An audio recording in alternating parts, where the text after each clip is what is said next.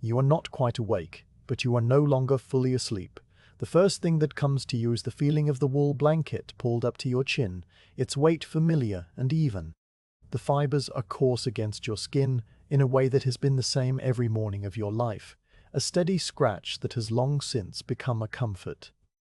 You lie on your side on a sleeping bench that runs along the wall of the long house, your body cupped by the shallow dip in the timber where generations of sleepers before you have worn the wood smooth. The bench is covered with a layer of dried heather and a folded sheepskin, and these accept your weight without sound.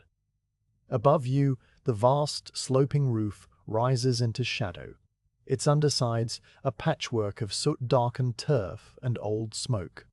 Your eyes are closed and you let them stay closed, because there is no reason to open them yet. The light arrives before you see it, pressing through the membrane of the longhouse's single smoke hole. It is not a bright light, not a beam that cuts across the room. It is a slow dilution of the darkness, turning the black air grey one thin layer at a time.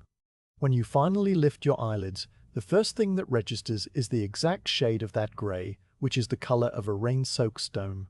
It spreads down from the opening in the roof, a column of muted illumination that loses itself among the rafters. Fine particles of ash and dust drift inside this column, moving without hurry, rising and sinking in currents that have no discernible direction. You watch them without thinking about them, because thinking is still too sharp an activity for the hour. The smoke hole itself is not large. It is an oblong gap edged with woven birch branches and packed earth, and through it you can see a small square of sky.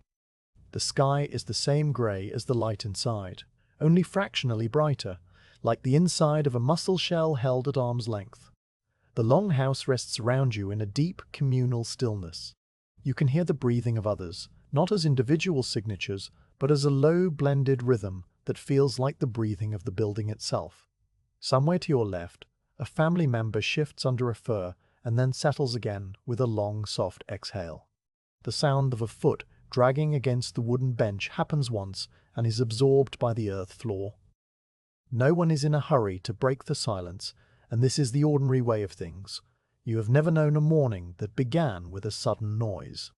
The house is long and narrow, like the hull of an upturned ship, and its length creates a peculiar kind of quiet, where a sound at one end travels as a gentle murmur by the time it reaches the other.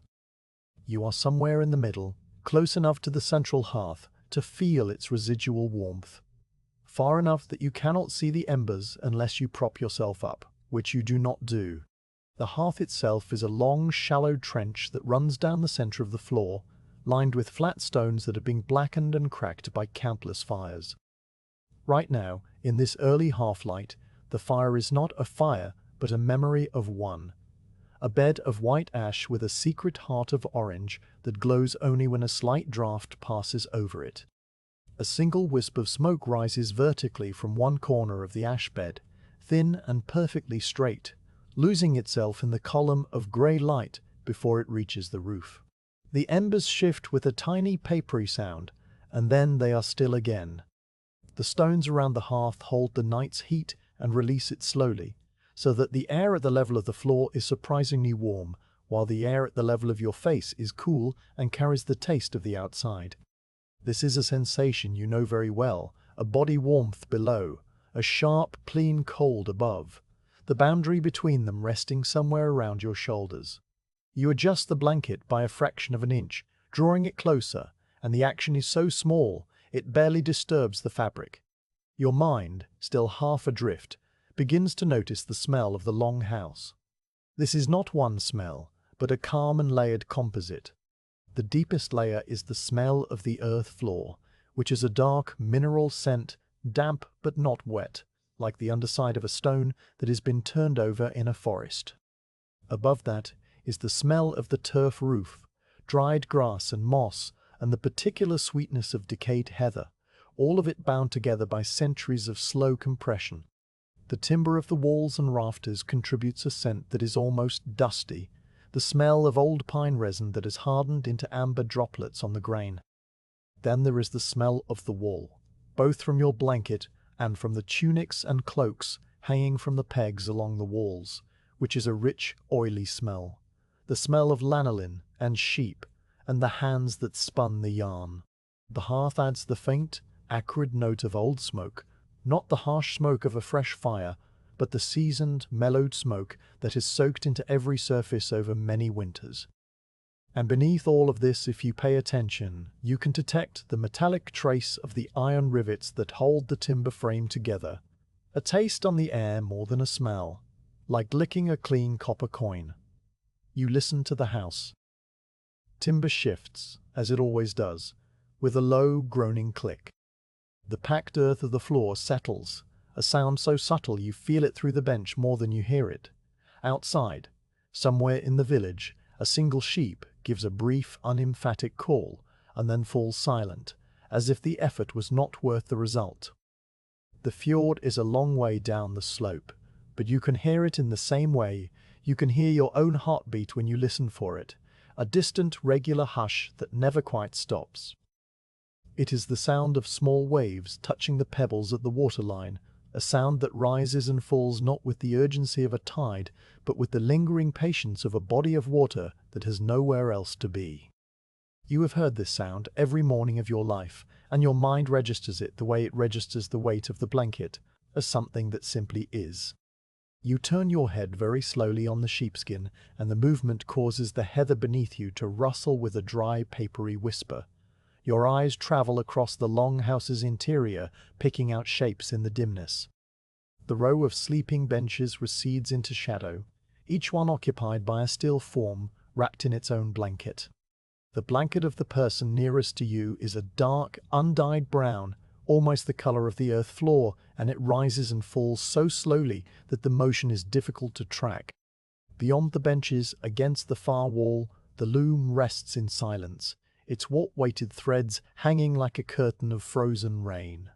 The clay weights at the bottom are small pyramids of baked earth, each one slightly different from the next, and they cast no shadow in the diffuse light. Nearby, a collection of wooden buckets is stacked, their staves held together by withy bands, and you can just make out the grain of the wood, the faint rings that count out the years of the tree they came from. Everything in the longhouse is made of materials that once grew or once stood in the forest or once lay on the bed of the fjord. And in the quiet of the early morning, these materials seem to still be connected to their origins, to the slow, patient processes of growing and eroding. The light has changed since you first opened your eyes. The grey is thinner now, more silver, and the column beneath the smoke hole has widened, spreading a cool, even illumination over the central hearth. You can see the individual stones that line the fire trench, each one a slightly different shape, fitted together with a kind of quiet skill that does not call attention to itself. The ash bed has lost its orange glow and become a uniform, powdery white, like the first frost of an autumn morning. The little wisp of smoke has vanished. The draught from the doorway at the far end of the house stirs the surface of the ash, lifting a few fine particles that catch the light and then settle again. The doorway is covered by a heavy woolen hanging, which moves slightly, very slightly, as if someone on the other side has just walked past it. No one enters, and the hanging falls still. You let your attention return to the roof, which is a marvel of slow construction. The main beams are whole pine trunks, stripped of their bark and shaped with an ansi, their surfaces marked with long, shallow scoop marks that run the length of the wood. These beams are supported by upright posts, and where the beam meets the post, a joint has been carved with such precision that the two pieces of wood hold each other without the need for a single rivet. The rafters that slope down from the ridgepole are thinner, curving slightly, because they were chosen from trees that grew on a windswept slope and learned to bend. Between the rafters, layers of birch bark are laid in overlapping sheets, and on top of the bark the turf blocks are stacked, roots facing outward, so that the roof is still, in a sense, alive. In the summer, small green shoots sometimes find their way through the thatch, and a yellow flower or two will bloom upside down, high above the sleepers. Now, in this season, the turf is dormant, a dense brown mat that seals the warmth inside. You think about the men and women who cut those turf blocks, carrying them from the hillside in long, slow lines, and the thought is so quiet and so complete that it asks for no follow-up. It simply sits in your mind, like a stone placed on a wall. The air on your face is cool and clean, and you breathe it in slowly, feeling it travel down into your lungs and then out again. Each breath is a small, unhurried cycle that you do not control so much as observe. The blanket rises and falls, and the sheepskin beneath you holds the shape of your shoulder and hip. You could stay here for a long time, and indeed there is no signal to do otherwise. The longhouse does not ask you to wake, it merely waits. This is a feeling you have known since you were small enough to be lifted onto the sleeping bench by someone else's hands. The feeling of being held in the middle of a large, quiet structure that breathes with you, that creaks and settles in a rhythm as slow as the growth of the trees that made it. Outside, the world is turning toward the day, but inside, the morning is still a private, unfinished thing. You notice the small details of the wall nearest to you, the one against which your bench is built. The vertical planks are fitted edge to edge, and the gaps between them are chinked with moss that has long since dried to a pale green-brown. In one of these gaps, a single strand of sheep's wool is caught, trembling almost imperceptibly in the draught, and you watch it for a long moment without any sense of time passing. The plank itself is marked with a faint dark knot, and the grain around it swirls like a slow eddy in a stream. You could trace the pattern with your finger if you wanted to, but you do not move your arm. Your fingers rest loosely on the edge of the blanket, and they are still warm from the night's sleep. The sound of the fjord fades for a moment, then returns, a gentle pressure on the ear that is less a noise and more a texture, like the feeling of fine sand under a bare foot. The waves are small today, pushed by a wind that has not yet decided to strengthen. They lap against the shore in a pattern that never repeats exactly, but never departs from its nature, a soft, wet syllable, followed by a long, quiet withdrawal, over and over, as steady as the turning of a great, unseen wheel. You imagine the pebbles on the beach, dark and wet at the waterline, dry and pale further up, and the image is so clear and so calm that it might be a memory from yesterday or from 10 years ago. The beach does not change in ways that you can measure. A second sheep calls outside, this one closer, and the sound is flat and unmusical, a single bleat that seems to land on the ear without echo. It is followed by a silence that is deeper than the one before it. The hanging over the doorway stirs again, more firmly this time, and a wedge of colder air pushes into the long house, reaching as far as the hearth before it dissipates. The ash bed responds with a faint whisper, a tiny shifting of particles, and then everything is still.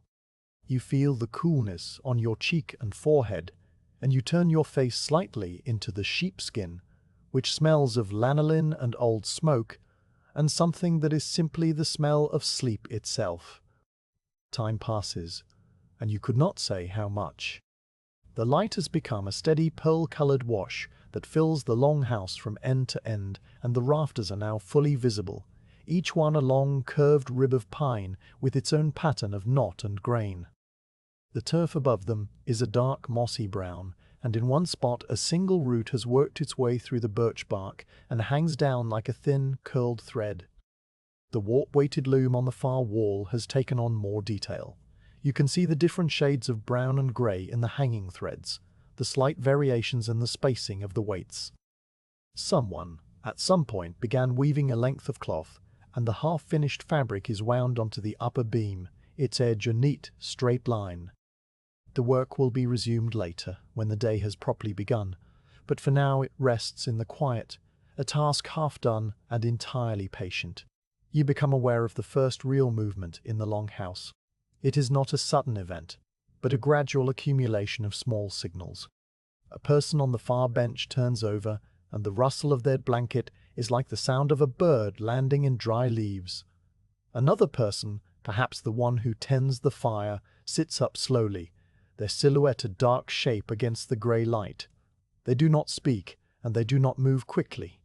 They simply sit for a while, looking at the ash bed, and then they reach for a small clay pot that rests near the hearth and begin to stir its contents with a wooden spoon, a motion so slow and regular that it could be the ticking of a clock made from a heartbeat.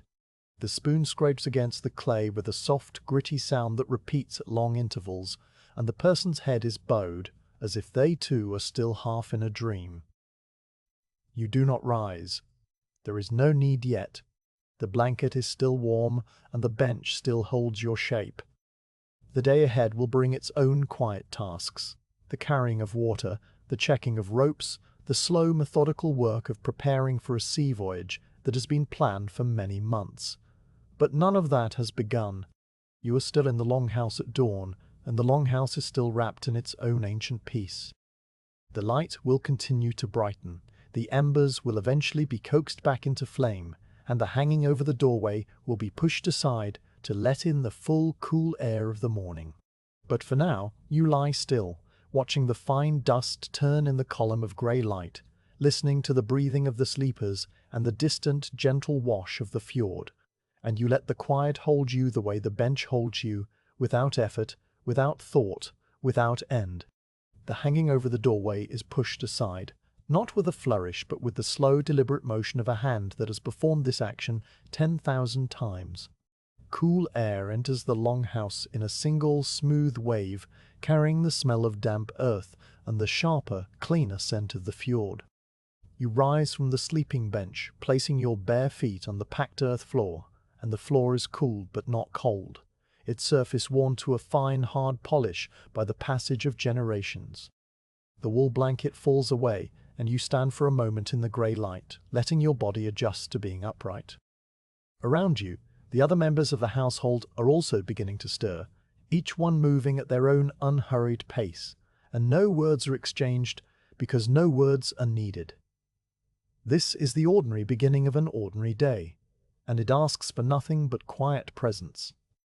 You pull on your tunic, a garment of undyed brown wool that falls to your knees, its sleeves loose and comfortable.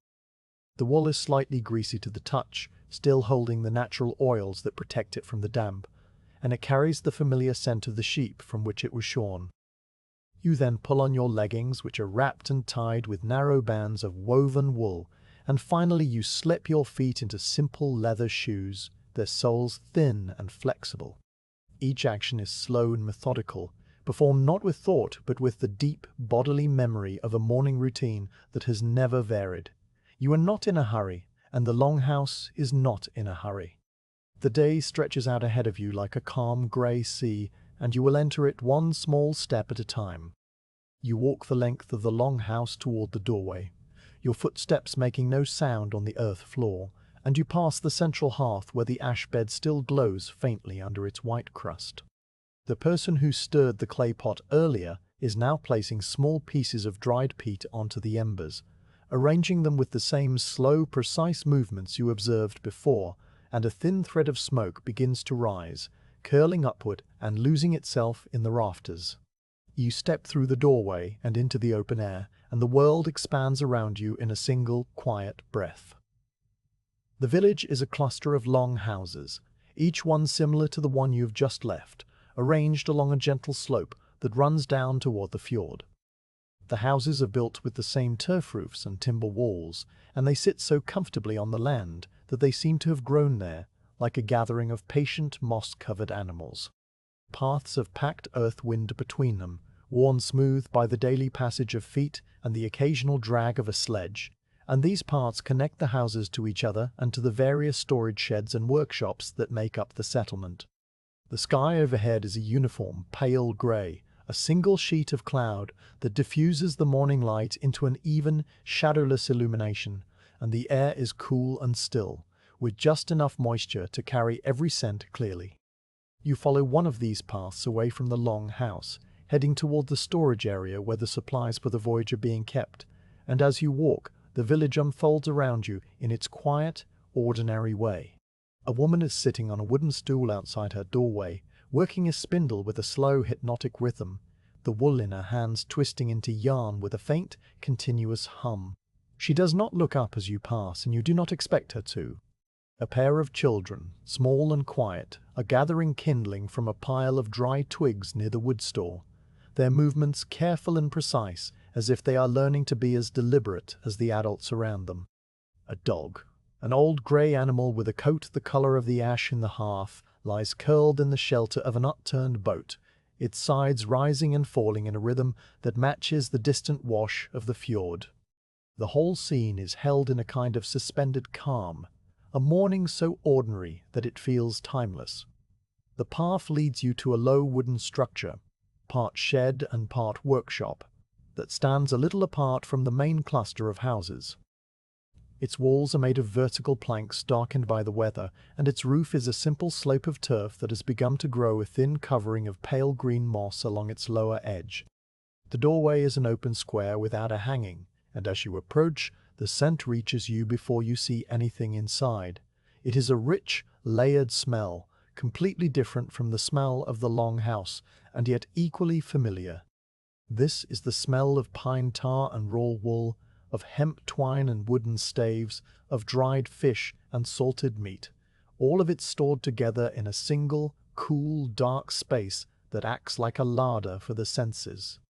You step inside, and your eyes take a moment to adjust to the dimness after the open grey of the sky. The shed has no windows, and the only light comes through the doorway and through a few small gaps between the wall planks where thin, pale lines of daylight fall across the packed earth floor like the strings of a laid-down loom. The air inside is cool and still, and the smells are so dense that you can almost feel them settling on your skin. At the center of the space, an older man is sitting on a low wooden bench, his back straight but not stiff, his hands engaged in a task that you have seen him perform many times before. He is the one who checks the ropes and the rigging, the one who prepares the materials that will hold the ship together when it is far from land, and his presence in the shed is as steady and unremarkable as the bench on which he sits. He does not greet you with words, but his eyes lift for a brief moment, acknowledging your presence, and then return to the work in his hands. You settle yourself on a pile of folded sailcloth in a corner of the shed, drawing your knees up and wrapping your arms around them, and you prepare to watch.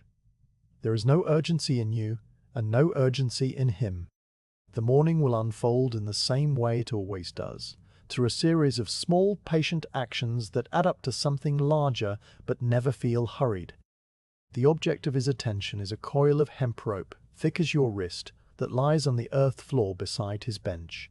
The rope is not new, it has been used on previous voyages and has been brought out now to be inspected, inch by slow inch, for any sign of weakness.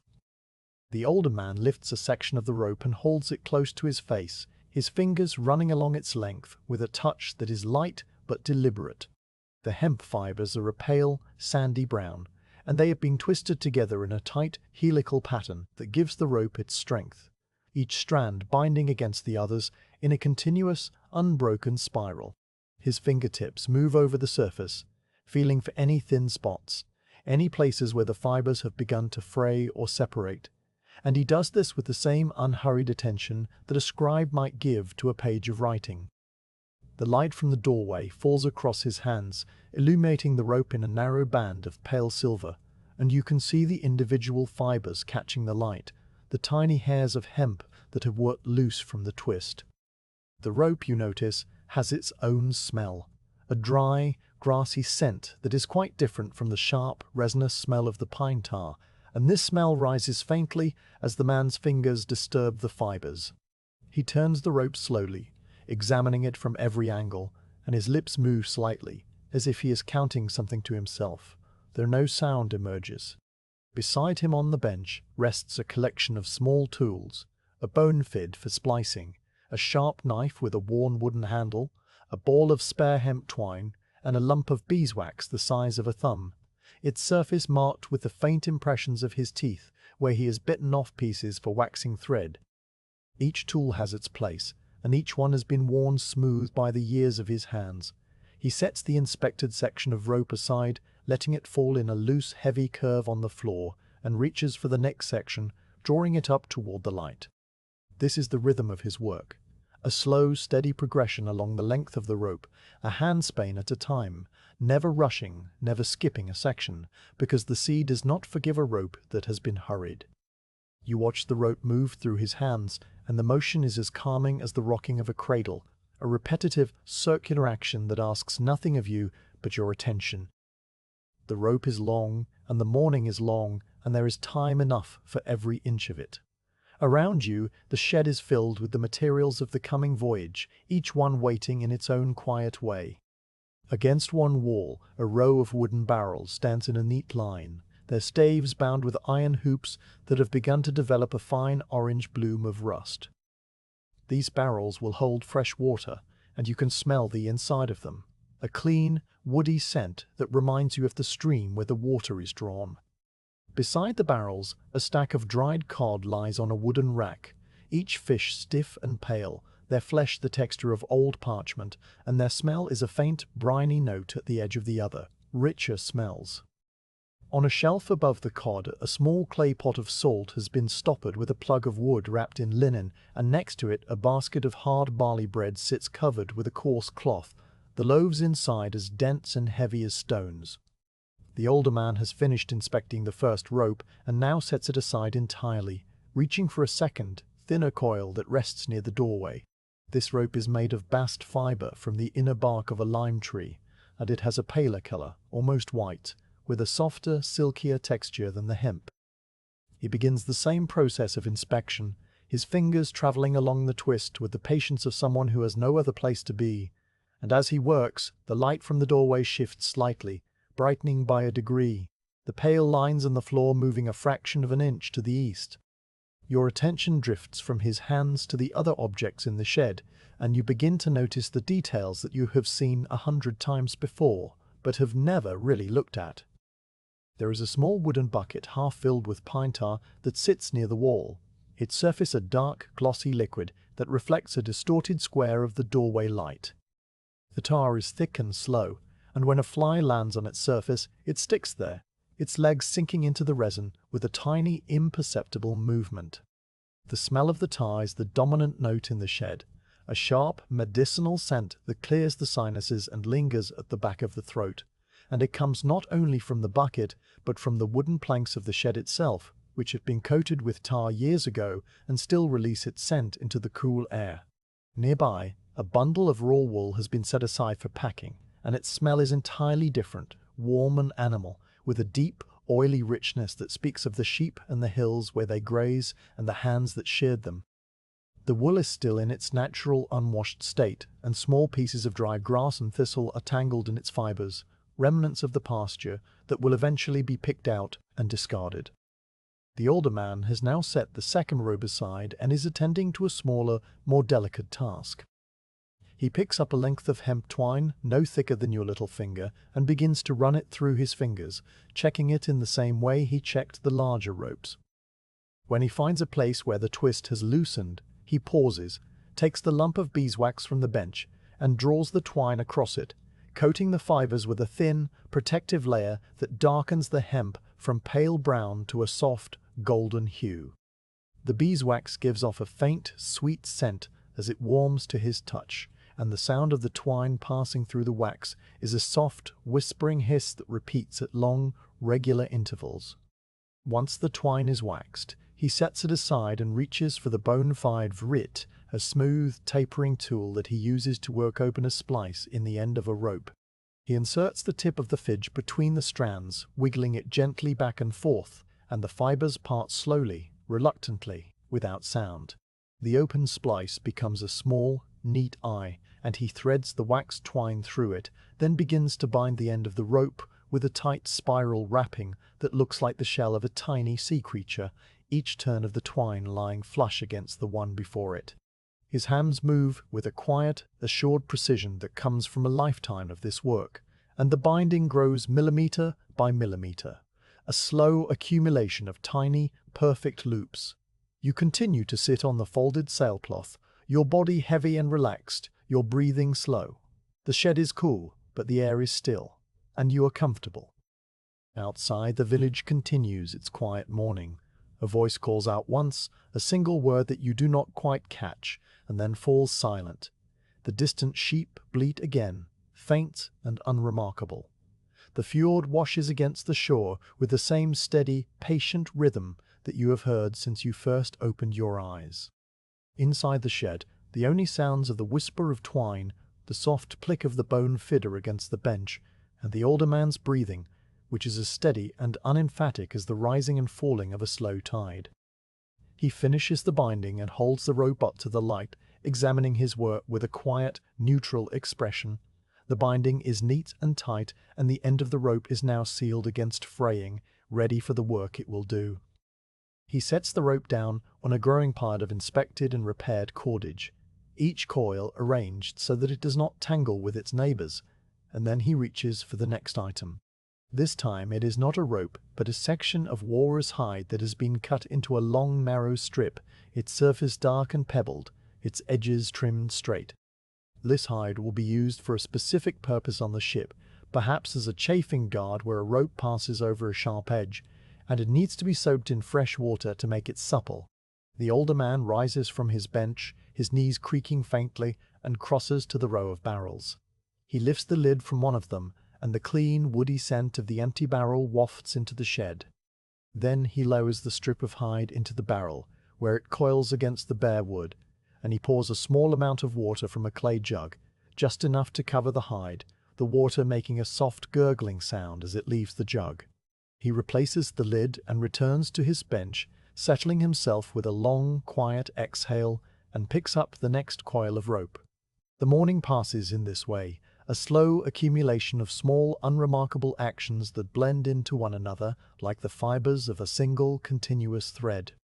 You lose track of how many ropes he has checked, how many splices he has bound, how many times he has drawn the twine across the beeswax. The pile of finished cordage grows slowly, coil by coil, and the pile of unexamined rope diminishes at the same patient rate. The light from the doorway continues its slow migration across the floor, the pale lines on the earth shifting from east to west with a movement so gradual that you cannot see it happening, only notice afterward that it has changed. The smells of the shed, the pine tar, the wool, the hemp, the dried fish, the damp hide all blend together into a single, comforting atmosphere that wraps around you like a second blanket, and you feel your eyelids growing heavy, not with tiredness, but with a deep, contented stillness. The older man pauses in his work and looks up at you, his expression calm and unsurprised. He says nothing, but his glance carries a quiet acknowledgement, the recognition of a shared morning spent in the presence of necessary, unhurried tasks.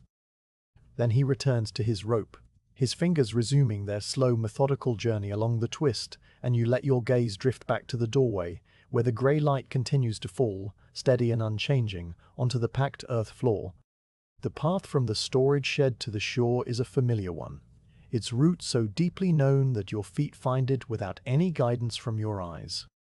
It begins as a narrow strip of packed earth behind the long houses, then winds down through a stretch of rough grass and low heather, before dropping more steeply toward the water. The soil underfoot is dark and slightly springy from the night's moisture, and it gives off a clean, earthy smell, the kind of smell that rises after rain, even when no rain has fallen. You walk with a slow, steady pace, not because you are tired, but because there is no reason to walk any faster. The grey sky stretches overhead, a single unbroken sheet of cloud that softens every outline and mutes every colour to a gentle, even tone. On either side of the path, the vegetation grows in a low, wind-shaped tangle. There are clumps of heather that have finished flowering and now stand in woody brown clusters, their tiny leaves pressed flat against the stems. There are patches of coarse grass that bend in the same direction, shaped by the prevailing wind into a permanent, flowing curve. Scattered among them, small rocks protrude from the earth, their surfaces mottled with pale grey lichen that spreads in slow, circular patches.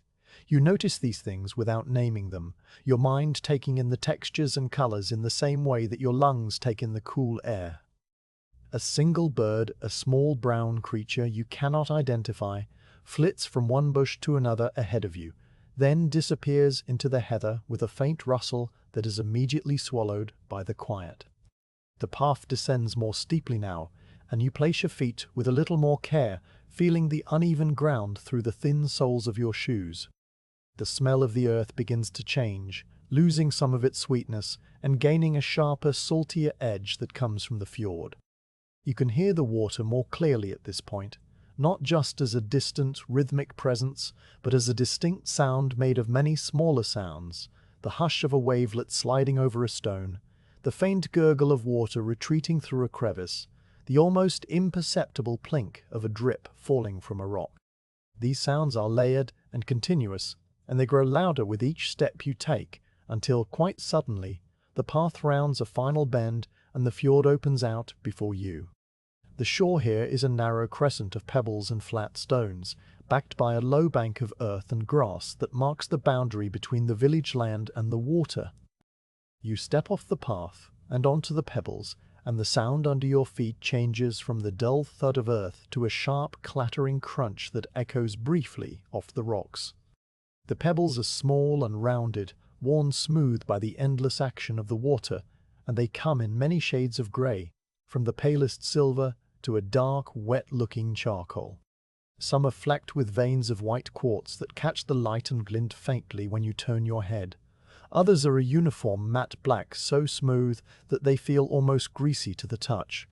You walk a few steps onto the beach, and then stop, letting the stillness of the place settle around you. The fjord itself is a long, narrow body of water that stretches away to your left and right, hemmed in by dark, forested slopes that rise steeply from the shore. The water is calm today, its surface a sheet of soft grey silk that reflects the clouded sky with a slight leaden shimmer. Near the edges, where the water is shallow, you can see the bottom clearly, a bed of more pebbles, larger ones here, along with occasional patches of pale sand and the dark, wavering shapes of submerged rocks. The color of the water shifts as your eye travels outward, from a clear greenish-grey in the shallows to a deep, opaque slate further out, where the fjord drops away into deeper water. The surface is not perfectly still. It moves with a slow, rolling pulse that travels from the mouth of the fjord inward, a gentle swell that lifts the water by a finger's width and then lets it fall again, over and over, with the regularity of a sleeping breath.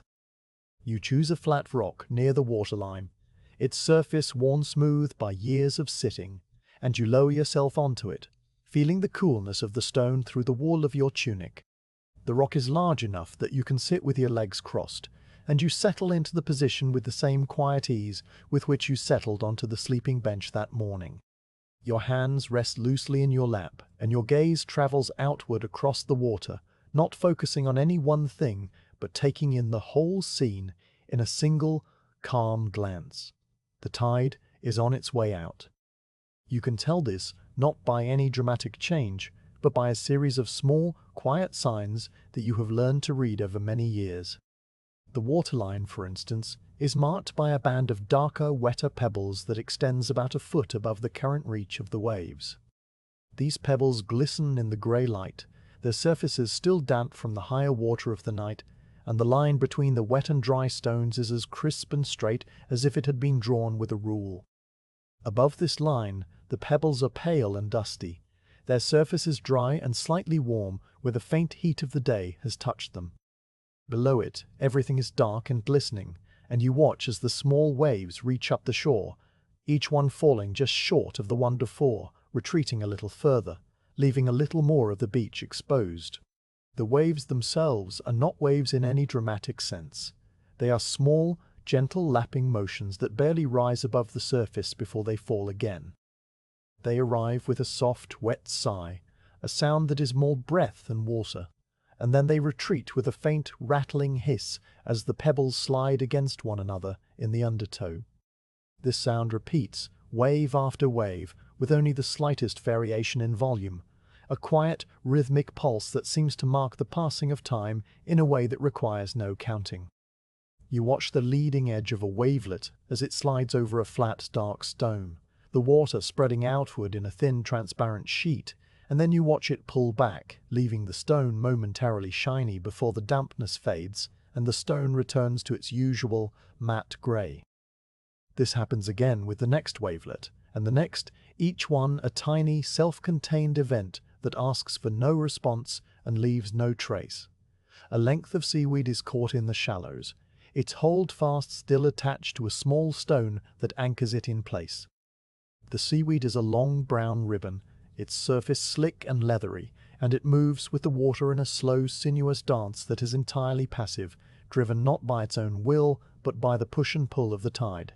When a wavelet comes in, the seaweed lifts and floats, its fronds spreading out like strands of uncombed hair, and then when the water retreats, it sinks back down, settling against the pebbles with a wet, flapping sound that is barely audible. The ribbon twists and coils in the current, sometimes doubling back on itself, sometimes stretching out to its full length, and the motion is so slow and so repetitive that it becomes hypnotic, a green-brown pendulum marking the rhythm of the water. You watch the seaweed for a long time, your gaze following its lazy, undulating dance, and you feel your own breathing begin to match its pace, slow and deep and without effort. Further out, perhaps 20 feet from the shore, a small wooden bucket floats, tethered to a stake driven into the pebbles by a length of thin rope.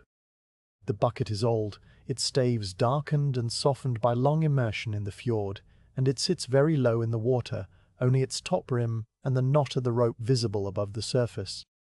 The bucket rises and falls with the gentle swell, a motion so subtle that you have to watch it closely to be sure it is moving at all. It bobs upward by an inch, then sinks back by the same amount, and each cycle takes many long seconds to complete. The rope that tethers it goes slack, and then taut, slack, and then taut, in a rhythm that is even slower than the rhythm of the waves. The wood of the bucket has developed a fine greenish bloom of algae along its waterline, a soft velvety layer that shifts its color from brown to olive, depending on how the light strikes it. You watch the bucket for a while, and the gentle metronomic bobbing becomes another thread in the quiet tapestry of the shore. The light on the water changes as the morning progresses. The cloud cover is thick, but not entirely opaque, and the sun, somewhere high above it, moves in its own slow arc, shifting the quality of the grey from a cool silver tone to a slightly warmer pearl-coloured glow. This change is so gradual that you cannot see it happening, but you become aware of it after some time has passed, the way you become aware that a friend has grown older without you noticing the years. The reflection on the surface of the fjord alters accordingly, shifting from a flat metallic sheen to a softer, more diffuse shimmer that makes the water look almost solid, like a sheet of polished pewter that has been breathed on and then wiped clean. The colors of the shore change too. The wet pebbles take on a slightly bluer cast, and the dry ones seem warmer, their grays leaning toward brown. Even the seaweed shifts its hue, the dark brown lightening to a greener, almost translucent shade, where the sun finds a thinner patch of cloud. A cool, damp breeze stirs across the fjord, moving from the open sea inland, and it touches your face with a light, feathery pressure that carries the smell of salt and cold stone. The breeze is not strong enough to ruffle the water, it merely brushes the surface, creating a faint, almost invisible texture like the nap of a woolen cloth that has been stroked against the grain. You feel it on your cheeks and on the exposed skin of your hands, and you close your eyes for a moment, letting the sensation wash over you. The sound of the water becomes more present when your eyes are closed, filling the whole of your awareness, and the smell of the fjord grows sharper. A clean, briny scent that clears the mind and leaves behind a kind of quiet emptiness. You open your eyes again, and the world returns exactly as it was, unchanged, patient, waiting. The tide continues to retreat, and the waterline creeps down the shore in millimeter increments. A new band of wet pebbles is revealed, wider now than it was when you first sat down, and the rocks that were underwater before are now exposed to the air, their surfaces glistening and studded with tiny bead-like droplets of water that catch the light and hold it briefly before evaporating. These droplets are perfectly round, and they sit on the dark stone like little glass beads, each one containing a miniature reflection of the grey sky. You watch one droplet as it slowly shrinks, its edges pulling inward, until all at once it vanishes, leaving behind a faint dark spot that fades a few seconds later. Nearby, a small pool of water has been trapped in a hollow among the rocks, and it sits there, still and calm, a tiny, self-contained world that reflects the clouds above with perfect fidelity. The pool is no wider than your hand, and it is so shallow that you can see every grain of sand at its bottom, every tiny fragment of shell and stone. Nothing disturbs its surface, and the reflection is so clear that it looks like a hole cut through the earth into a second inverted sky. You pick up a single pebble from the beach, a smooth oval stone of pale grey, with a single thin vein of darker mineral running around its circumference like a line drawn in charcoal. The pebble fits neatly into the hollow of your palm, and its weight is comforting in a way that you do not examine. You turn it over in your fingers, feeling its cool, silky surface, the absence of any sharp edges, the perfect smoothness that only centuries of tumbling in the water can produce. Then, with a motion that is as gentle as the lapping of the waves, you toss it a short distance into the fjord, where it lands with a soft, deep plop and sends out a circle of ripples that expand outward in perfect rings, widening and flattening until they are indistinguishable from the rest of the water. The rings travel across the surface, and you watch them until they are gone, and then the water is exactly as it was before, without any sign that the pebble ever disturbed it. The morning continues in this way, a slow unfolding of small, unremarkable events that blend into one another like the pebbles on the shore. The tide retreats further, revealing rocks that have been submerged since the night before, their surfaces dark and glistening with the temporary sheen of dampness. The seaweed flops and drifts in the shallows, its ribbon twisting into new, lazy configurations. The bucket bobs on its tether, rising and falling with the same patient rhythm. The light shifts by imperceptible degrees, the grey warming toward a paler, more luminous shade, and the breeze comes and goes in soft, irregular puffs that carry the smell of the distant sea and the cold, mineral tang of the mountain streams that feed the fjord. A single gull passes overhead, its wings outstretched and motionless, riding a current of air that carries it from one side of the fjord to the other, without a single flap. Its shadow moves across the water, a dark, silent shape that glides over the surface and then disappears as the gull passes behind a stand of pines on the far shore. The shadow is gone before you can fully register it, and the sky above is empty again, a clean, unbroken expanse of pale, even cloud. You remain on your rock, your body still and heavy with a calm that is not quite sleep, and not quite waking, a state somewhere between the two where time seems to slow and stretch like the reflection of the sky on the water.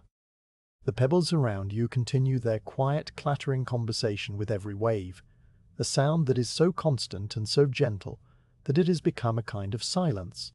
The fjord lies before you, dark and deep and utterly serene, its surface a mirror of the quiet sky, its depths hidden and unknowable. And you sit there, a small, still figure on a shore that has seen 1,000 such mornings, watching the slow, patient work of the tide, feeling the cool breeze on your skin and letting the quiet of the fjord fill you up until there is room for nothing else. The ship rests above the tide line, a little way up the shore from where the pebbles give way to a flat stretch of coarse grass and hard-packed gravel. You see it first from a distance as you climb the gentle slope away from the water's edge, and the sight of it is so familiar that your mind registers it in the same way it registers the shape of the mountain across the fjord or the outline of the long houses on the ridge above. The longship is not a new arrival, freshly hauled from the water for a voyage. It has been here for many days, propped on a series of log rollers that keep its keel clear of the ground, and it has become, over those days, simply another feature of the shoreline, a temporary but accepted part of the landscape, like a large, smooth boulder left behind by a glacier. You approach it slowly, your feet moving from the rattling pebbles of the beach onto the crunching gravel of the working area, and as you draw nearer, the ship begins to reveal its details, one by one, in the soft, even light of the overcast morning. The sky is still a pale, uniform grey, and the sun remains hidden behind the high, thin cloud, so there are no harsh shadows, only a gentle, diffused illumination that makes every surface look soft and muted. The ship sits in this light with a kind of quiet dignity, its long, dark shape stretched out against the pale ground like a resting animal, a creature of the sea that has come ashore to sleep. The first thing that strikes you, now that you are close enough to reach out and touch it, is the sheer size of the vessel. It is long, far longer than any of the small fishing boats that are pulled up on other parts of the shore, and its length seems to stretch away from you in a slow, graceful curve, the hull rising at both ends into tall, sweeping posts that taper to delicate points against the grey sky. The ship is made of wood, of course, but it is not a single, uniform piece. It is built from many planks, each one shaped and fitted to its neighbours with a skill that does not call attention to itself but is visible in every joint and seam. These planks run the whole length of the hull in overlapping tiers, a method of construction that the shipwrights have used for as long as anyone can remember, and the pattern they create is one of long horizontal lines, each plank sitting slightly outboard of the one below it, so that the surface of the hull is not smooth but stepped, like the contours of a hillside. You walk along the side of the ship, your hand lifted but not quite touching the wood, and you let your eyes travel over the overlapping edges, known to the builders as lands. The planks themselves are of oak, a dense, heavy wood that was felled many miles from here, in a forest that you have never seen, and then transported by sea and by sledge to the shipyard where this vessel was born. The grain of the oak is a map of its slow growth, tight, close-packed rings near the heartwood, spreading wider where the tree experienced good seasons, then tightening again as it grew older and slower. The color of the wood, where it is still visible beneath its coating, is a deep, mellow brown, almost golden in places, but most of the surface is covered with a mixture of pine tar and ochre that has been applied in many coats over many years. This coating is not a paint in the way you might think of paint. It is a preservative, a protective layer that seals the wood against the sea and the rain, and it gives the hull its characteristic dark, reddish-black hue. Up close, though, you can see that the coating is not uniform. It is thick and glossy in some spots, where a fresh application has been brushed on over the old, and thin and flaking in others, where the weather has worked its way into the surface and lifted tiny, curling scales of tar that catch the light like the wings of dried insects. The flakes are brittle and crinkle under the slightest pressure, and in places they have fallen away entirely, leaving patches of bare silvered wood that feel smooth and dry to the touch. The planks are held together by iron rivets, thousands of them, driven through the overlapping lands from the outside and then clenched over small square washers on the inside. You can see the heads of these rivets on the outer surface of the hull, arrayed in neat, regular rows that follow the line of each seam. The rivet heads are about the size of a thumbnail, slightly domed, and their iron has darkened over time to a deep mottled black, speckled here and there with the orange-brown bloom of rust. The rust is not a sign of neglect. It is merely the natural response of iron to the salt air, and it forms a fine, powdery crust that comes away on your fingertip if you touch it, leaving a faint, metallic smell on your skin. The rows of rivets march along the hull in parallel lines, and the spacing between them is so consistent that you could almost use them to measure the passing of a slow, patient hour, one rivet at a time, from stem to stern. You follow the curve of the hull toward the bow, where the planks sweep upward and inward to meet the tall, arching stem post. This post is a single, massive piece of oak, chosen from a tree that grew with a natural curve, and it has been shaped with an adze into a smooth, flowing line that rises from the keel and terminates in a carved point high above your head. The stem post is the backbone of the ship, the structural core that holds everything together, and it has been decorated in a quiet, restrained way, with a few simple carvings, a series of shallow, interlocking lines that spiral around the post like the tendrils of a vine, worn almost smooth by the hands that have touched them over the years.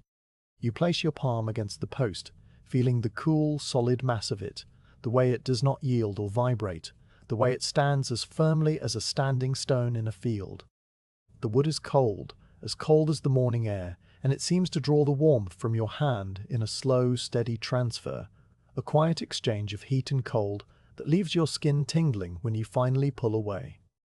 Turning, you walk back along the other side of the ship, and now you begin to notice the smaller, more intimate details that only become visible when you are close. The topmost plank, the one that forms the gunwale, is worn in a very particular way. There are smooth, shallow depressions at regular intervals along its upper edge, each one corresponding to an oar hole. These are the places where the oars have rested countless times, on countless voyages, and the friction of the wood against the oar shafts has polished the oak to a silky, almost waxy sheen. You run your fingers over one of these worn spots, feeling the incredible smoothness, the complete absence of grain or texture, and you try to imagine the number of strokes it took to wear away the hard oak to such a degree. The number is too large to hold in your mind, a figure made of thousands of hours and millions of pulls, and the thought settles over you like a heavy, quiet blanket, too dense to be examined, but somehow comforting in its weight. Between the oar holes, the gunwale is pierced by a series of smaller holes that once held wooden pegs for securing the shields of the crew. The shields are not mounted now. They are stored somewhere else, in the shed perhaps, or in the longhouses. But the holes remain, dark little openings that go all the way through the plank, and you can see the grey light of the sky peeping through them from the other side.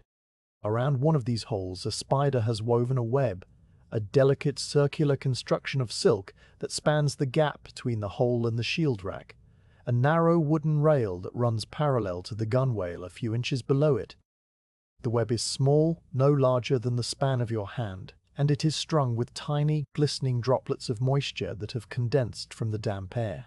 The spider itself is nowhere to be seen, perhaps hidden in a crevice or gone about its own quiet business, and the web hangs there, perfect and empty, trembling almost imperceptibly in the faintest breath of breeze. You stand very still, watching the web, and the intricate geometry of its radial threads and spiral cross-threads holds your attention for a long, slow moment. A tiny masterpiece of patience hung between two pieces of wood that have crossed the open sea. The ship is propped up not on a cradle or a set of blocks, but on a series of simple log rollers laid across the gravel. These rollers are sections of pine trunk, stripped of their bark and left rough, their ends showing the concentric rings of their age.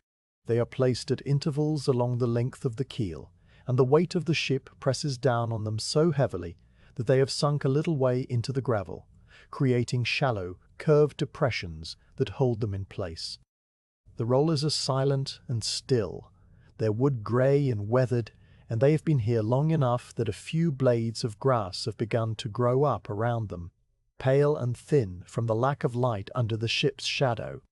You crouch down to look at one of the rollers, observing the way its surface has been compressed and flattened where the keel bears down, the fibers of the wood crushed into a dense, dark band that runs the full length of the log. The smell here, close to the ground, is of damp gravel and old pine, a clean, resinous scent that mixes with the salt of the fjord and the faint, lingering tarriness of the hull above. The keel itself is a single, immense timber that runs from one end of the ship to the other, a great, straight beam of oak that forms the spine of the vessel. It is deeper and thicker than any of the planks, and its lower surface, where it rests on the rollers, is dark with moisture and covered with a fine greenish film of algae that has grown in the permanent dampness of the shaded underside. The keel projects forward beyond the stem post, curving upward into the bow and aft into the stern, and its shape is a study in quiet, functional grace, a line that follows no mathematical formula but has been arrived at through generations of trial and error, of watching how wood behaves in the water and how water flows around wood. You walk along the keel, stepping carefully over the rollers, and you feel the immense solidity of the ship above you, the way it looms overhead like a sleeping giant, silent and benign, asking for nothing but the chance to rest. At the stern, the hull rises into another tall post, this one shaped differently from the stem, broader and more upright, with a flattened face that has been carved with a simple, geometric pattern of interlocking triangles. The carving is faint now, worn by weather and time, but you can still trace the lines with your eyes, following the way they weave in and out of one another in a single unbroken chain. The steering oar, a long slender blade of ash, is not mounted at the moment. It has been removed and stored, and only the empty bracket remains, a U-shaped iron fitting bolted to the side of the hull, its surface coated with a thick layer of grease that has been smeared on to keep the iron from rusting. The grease is a dull, yellowish substance, smelling faintly of fish and tallow, and it has been applied with the same unhurried care that governs every other aspect of the ship's existence. You step back from the vessel, taking in its whole shape once again, and the more you look, the more you see. There are small wooden plugs set into the hull where old rivet holes have been filled after a repair. Each plug is slightly different in color, a pale, fresh brown against the dark weathered oak around it, and they are scattered here and there like stars in a night sky. There are long, shallow scratches on the planking near the waterline, marks left by gravel and shingle when the ship was hauled up onto the shore, now smoothed and darkened by the tar coating so that they look like the tracks of some slow, patient animal. There are faint, pale stains on the wood where salt water has dried and left behind its ghost, a delicate, frost-like pattern that disappears when you look at it directly and then reappears in the corner of your vision. Every inch of the vessel tells a story of use and care, of long days at sea and quiet days on land, and every story is told in a whisper, without drama or insistence. The air around the ship is still, and the only sounds are the distant, rhythmic wash of the fjord and the occasional soft cry of a gull far overhead. The ship does not creak or groan. It is at rest, its timbers settled, and its joints relaxed, and it will remain in this state until the time comes to move it again. You walk a slow, complete circuit of the vessel, your feet crunching on the gravel, and then you stop at a spot just ahead of the bow, where the stem post rises against the grey sky like a lone, standing figure. From here you can see the whole length of the ship, its sweeping curve, its dark, matte surface, its rows of iron rivets fading into the distance, and the sight is so calm, so utterly peaceful, that you feel your own body settling into a similar stillness. Your shoulders dropping, your breathing slowing, your thoughts dissolving into the quiet, grey light of the morning. You notice, at last, the way the ship's shadow falls on the gravel beneath it, a soft-edged shape of deeper grey that pools around the rollers and stretches away to one side, following the hidden movement of the sun behind the clouds. The shadow is full of subtle detail, the faint, jagged outline of the upper planks, the round interruptions of the oar holes, the delicate lace-like silhouette of the spider's web cast onto the stones below. It is a ship made of darkness, a quiet twin that lies beside the wooden vessel, and as the morning progresses, it will shift and change, a slow, silent sundial marking the passage of an unhurried day. But for now, it is still, and you are still, and the ship is still, and the whole world seems to be held in a single suspended breath, waiting, resting, dreaming of nothing at all. The path from the shore leads you back up through the village, past the storage shed with its rich, layered smells, past the long house where the hearth-fire is now burning with a low, steady flame, and toward a smaller dwelling that stands a little apart from the others, tucked against the base of a low, grassy hill. This is the house of the sailmaker. Though no sign marks it as such, you simply know it the way you know every other building in the village, by its position and its shape, and the particular quality of the quiet that surrounds it. The dwelling is smaller than the main longhouse, built of the same materials, its turf roof greening slightly with a fine, velvety moss that catches the grey light and holds it like a dusting of pale powder. The doorway is covered by a woolen hanging dyed a soft, faded blue, the colour of distant mountains, and it stirs gently in the breeze as you approach, as if acknowledging your arrival without making any sound. You push the hanging aside and step into the interior, and the first thing that meets you is the warmth. It is not the dry, smoky warmth of the main longhouse hearth, but a gentler, more contained heat that comes from a small soapstone lamp burning on a wooden stool in the center of the single room. The lamp is a simple, shallow bowl carved from a block of pale grey-green stone, and it holds a pool of fish oil in which a wick of twisted moss floats, burning with a flame no larger than your thumb. The flame is steady and almost perfectly still, a teardrop of yellow light that gives off a faint, oily scent and a surprising amount of warmth for its size. The light it casts is soft and golden, quite different from the cool grey illumination outside, and it fills the small room with a glow that seems to settle on every surface like a layer of fine, worn dust. The room itself is simple and orderly, its few furnishings arranged with the quiet precision of a space that is used for careful work. Against one wall a low wooden bench supports the great woolen sail, its bulk folded and draped so that the section currently being worked on lies flat and accessible. The sail is vast, far larger than any single blanket or cloak, and its surface is a study in texture and tone. The wool is a natural undyed brown, the color of wet sand, but within that brown are many variations. Lighter streaks where the fleece came from a different sheep, darker patches where the fibers are denser, the occasional pale, creamy fiber that catches the lamplight and glows like a thread of spun moonlight. The fabric has been woven in a diamond twill pattern, and the diagonal lines of the weave create a subtle, repeating geometry that covers the entire surface, row upon row of tiny, interlocking diamonds that give the cloth both strength and a quiet, understated beauty. Sitting beside the bench, on a three-legged stool worn to a deep, smooth polish, is the elder who is finishing the sail. She is a woman of great age, her face a map of fine, shallow lines that seem less like wrinkles and more like the grain of a piece of well-handled wood. Her hair is grey and drawn back from her face in a single thick braid that falls over one shoulder, and her hands, resting on the sail in a moment of stillness as you enter, are the most remarkable part of her. They are hands that have worked wool for decades, and the skin is marked with the evidence of that labor. The fingertips are smooth and slightly flattened from pushing needles through resistant cloth. The knuckles are knotted and prominent, and the palms are crisscrossed with fine, pale lines that trace the map of a lifetime of stitches. She looks up when you enter, and her eyes, a pale, watery blue, meet yours for a moment. She does not speak, but a small, barely perceptible movement of her head invites you to sit, and you settle yourself on a low pile of folded fleeces near the door, drawing your knees up and wrapping your arms around them in your now familiar posture of quiet observation. The elder returns her attention to the sail, and her hands resume their work without any sign of having been interrupted.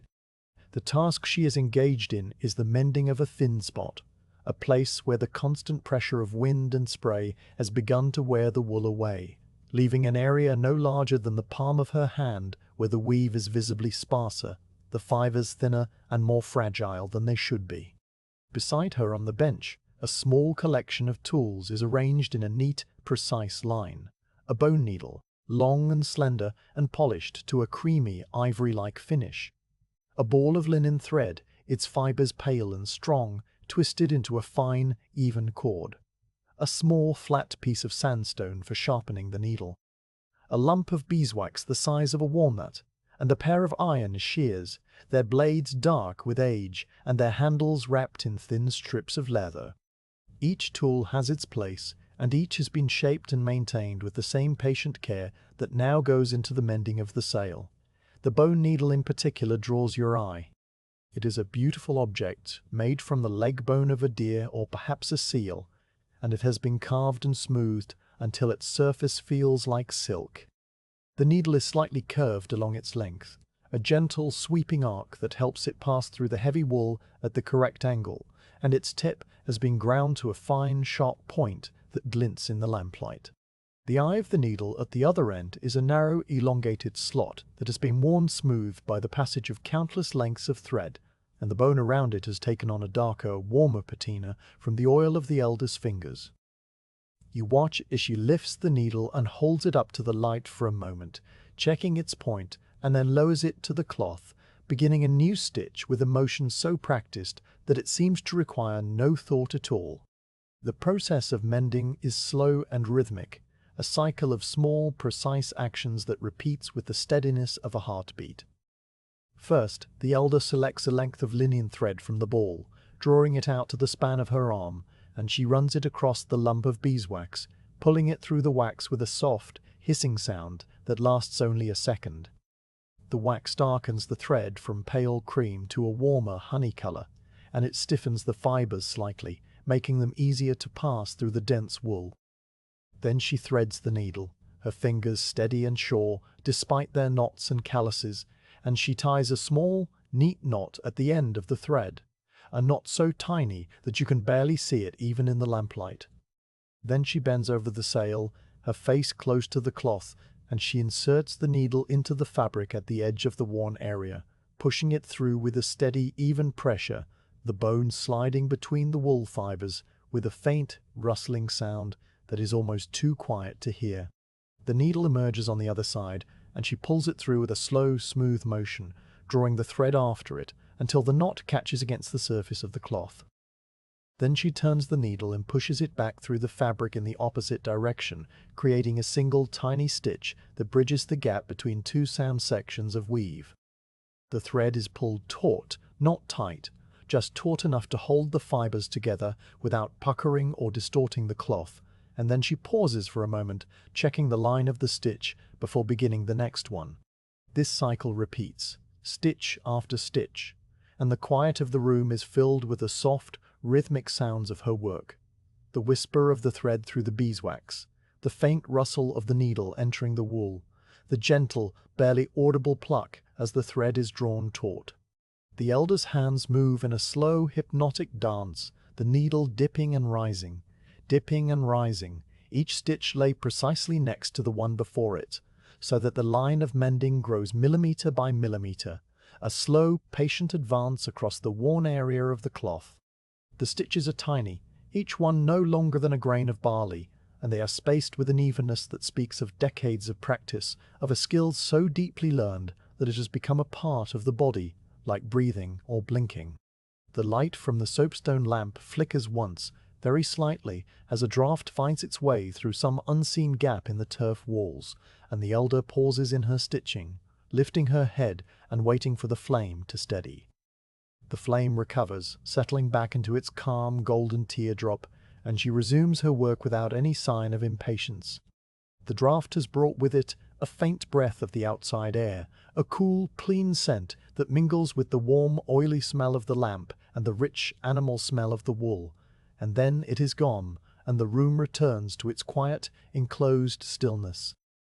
You watch the elder's face as she works, and you see there a kind of calm absorption that is rare and precious, a state of being entirely present in the task at hand, without distraction or hurry. Her lips are slightly parted, and her breathing is slow and deep, in perfect synchrony with the rhythm of her stitching. Her eyes, pale and clear, move across the surface of the cloth with a steady, methodical attention, missing nothing, and her brow is smooth, free of any tension or furrow. She is, in this moment, completely at peace, and the peace seems to radiate outward from her, filling the small room and settling over you like a second warmer blanket.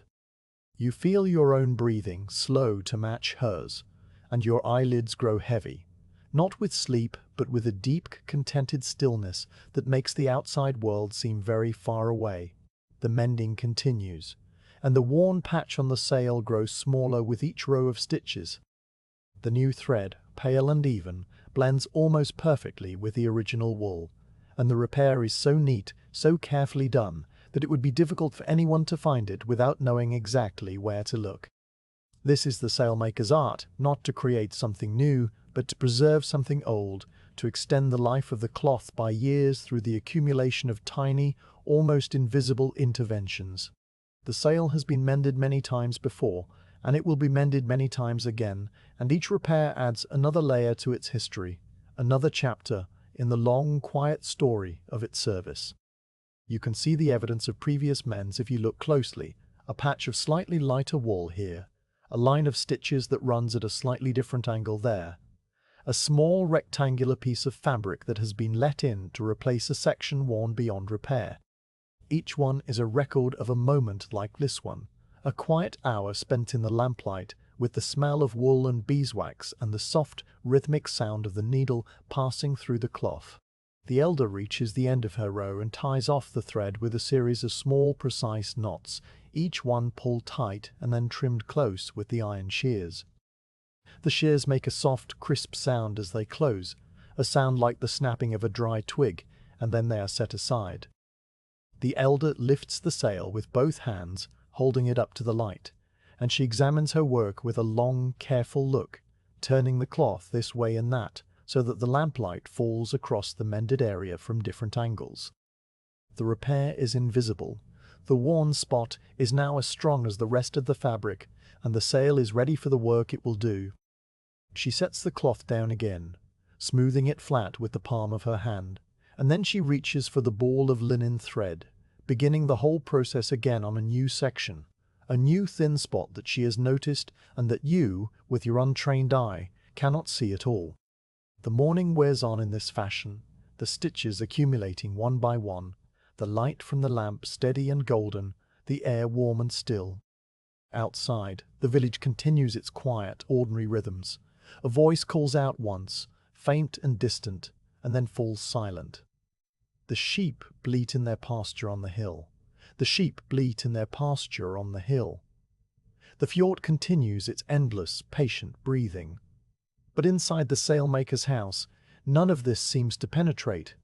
The room is a world unto itself, a small enclosed space where time is measured not in hours but in stitches, and where the only important thing is the slow, methodical work of preserving the cloth.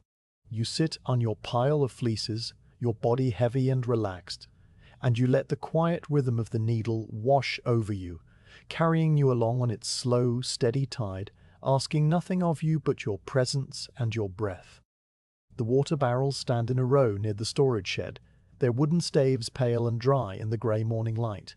They have been emptied and scrubbed and left to air for several days, and now they are ready to be filled again for the voyage.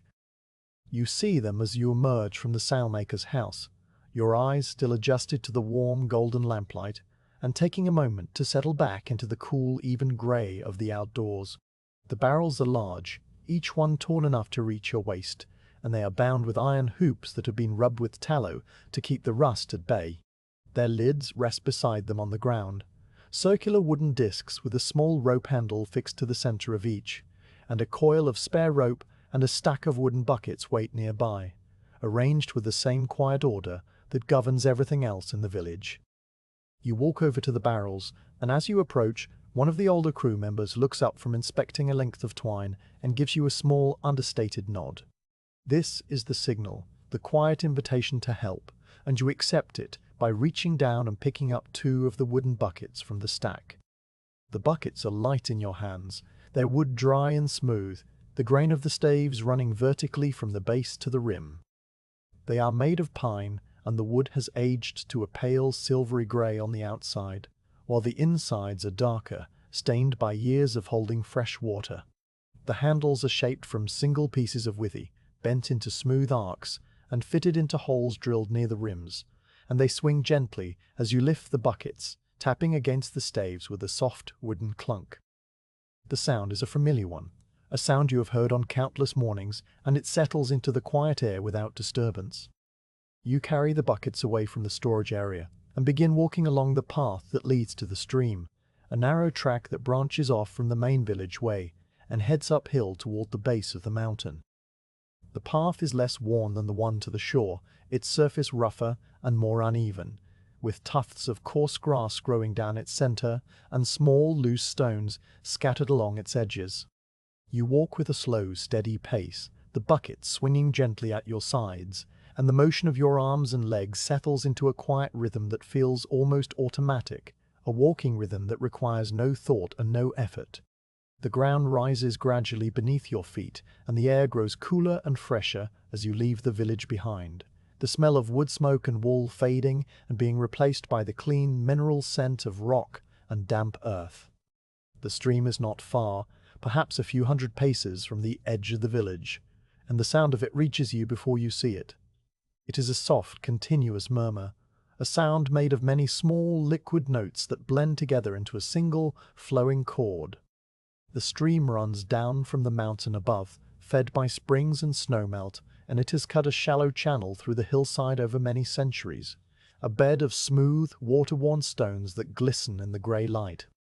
As you draw nearer, the sound grows clearer, and you begin to distinguish its parts. The gentle, gurgling rush where the water tumbles over a small ledge, the softer, whispery hiss where it slides over a flat rock, the quiet, musical plink of a single droplet falling from a mossy overhang. The air near the stream is cooler still, and it carries a fine, invisible mist that you feel on your face as a light, cooling touch, like the brush of a damp cloth on a warm day. You arrive at the edge of the stream and set the buckets down on a flat stone that has been placed there for this purpose, its surface worn smooth by the many buckets that have rested on it over the years. The stream is not wide, perhaps 3 or 4 paces across at its broadest point, and the water is clear and colourless, moving with a steady, unhurried flow over its bed of stones. The stones themselves are beautiful in their quiet way, rounded and smooth, in shades of grey and brown and a deep, rusty red, with veins of paler mineral running through them like the lines on a weathered face. Some are speckled with dark spots, and others are a uniform, pale cream, and all of them are wet and glistening, their colours deepened and enriched by the water that flows over them. Small patches of bright green moss grow on the larger stones near the edges. Their surface is soft and velvety, and tiny, delicate ferns unfurl from crevices in the bank, their fronds trembling almost imperceptibly in the current of air that follows the stream down the hillside. You kneel on the flat stone and lower the first bucket into the water, holding it by the handle and tilting it so that the rim dips below the surface. The water enters the bucket with a deep, hollow glug, a sound that is both soft and resonant, and you feel the weight of the bucket increase as it fills, the handle pressing more firmly against your palm. The water inside the bucket is perfectly clear, and when the bucket is full, you lift it out and set it on the bank, watching the surface settle into a flat, glassy stillness. Tiny bubbles cling to the inside of the staves, and they detach themselves slowly, one by one, rising to the surface and vanishing with the faintest possible pop. The surface of the water in the bucket reflects the grey sky and the overhanging fronds of a fern, and the reflection is so still and so perfect that it looks like a small round window into another, quieter world. You fill the second bucket in the same way, lowering it into the stream and feeling the cold, clean water rush in over the rim, and then you lift both buckets, one in each hand, and begin the walk back down the path toward the village. The buckets are heavy now, their weight pulling at your arms and shoulders, and you adjust your grip on the handles, finding a comfortable position where the wood rests securely in your palms. The water sloshes gently as you walk, a soft, rhythmic sound that matches the pace of your footsteps, and the surface of the water in each bucket trembles and shifts, sending tiny ripples out from the center to the edges and back again. You watch these ripples as you walk, noticing how they intersect and overlap, creating brief, shimmering patterns that dissolve almost as soon as they form. The weight of the water is a steady, grounding presence, and it keeps your body centered and your pace even, each step placed carefully on the uneven path so that the buckets do not sway too much or spill their contents. The walk back to the village takes a little longer than the walk to the stream, as it always does when you are carrying a full load, and you use the time to notice the small details of the path that you missed on the way up. There is a patch of pale grey-green lichen growing on a rock beside the path, its surface a map of tiny, branching cracks. There is a spider's web strung between 2 stalks of heather, its silk glinting with droplets of mist, its maker nowhere to be seen. There is a single feather, small and grey and soft, caught on a twig and trembling in the faintest breath of breeze. Each of these things presents itself to you as you pass, and then it is behind you, and the path continues, winding its steady way downhill toward the familiar shapes of the village buildings. You reach the barrels and set the buckets down on the ground, your arms feeling light and strange now that the weight has been released. The older crew member is still there, working on a different task now, and he looks up and nods again, a quiet acknowledgement of the water you have brought.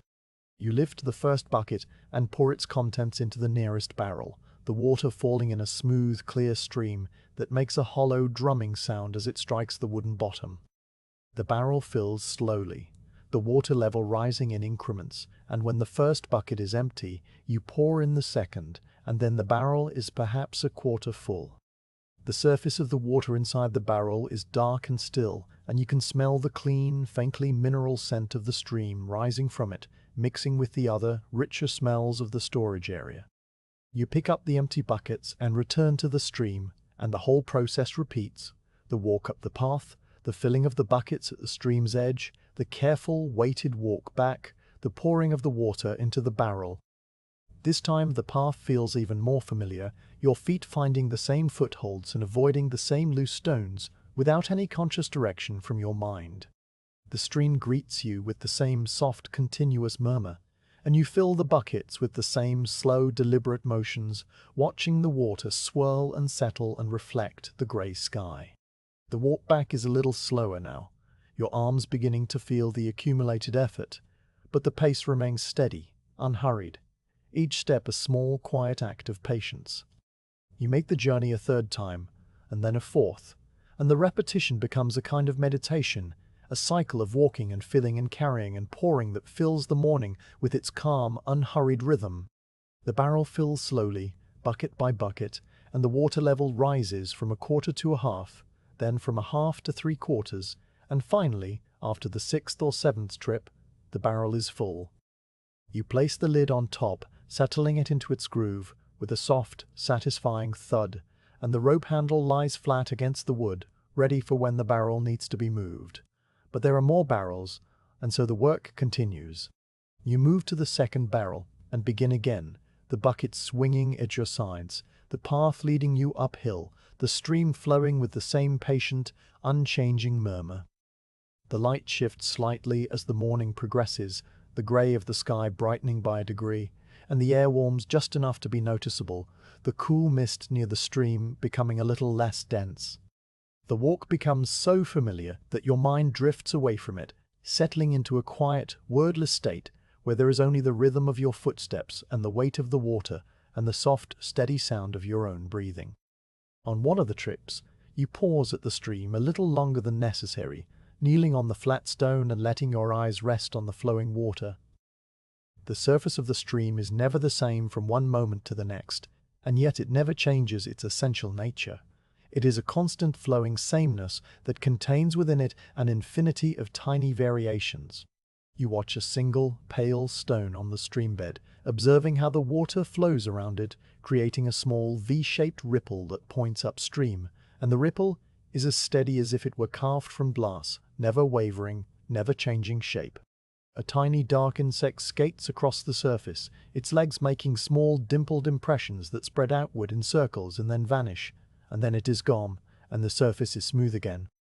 You dip your hand into the water, feeling its cold, clean bite, and you hold it there for a moment, letting the stream flow over your fingers, and then you withdraw your hand and wipe it on your tunic, leaving a dark, damp patch on the wool.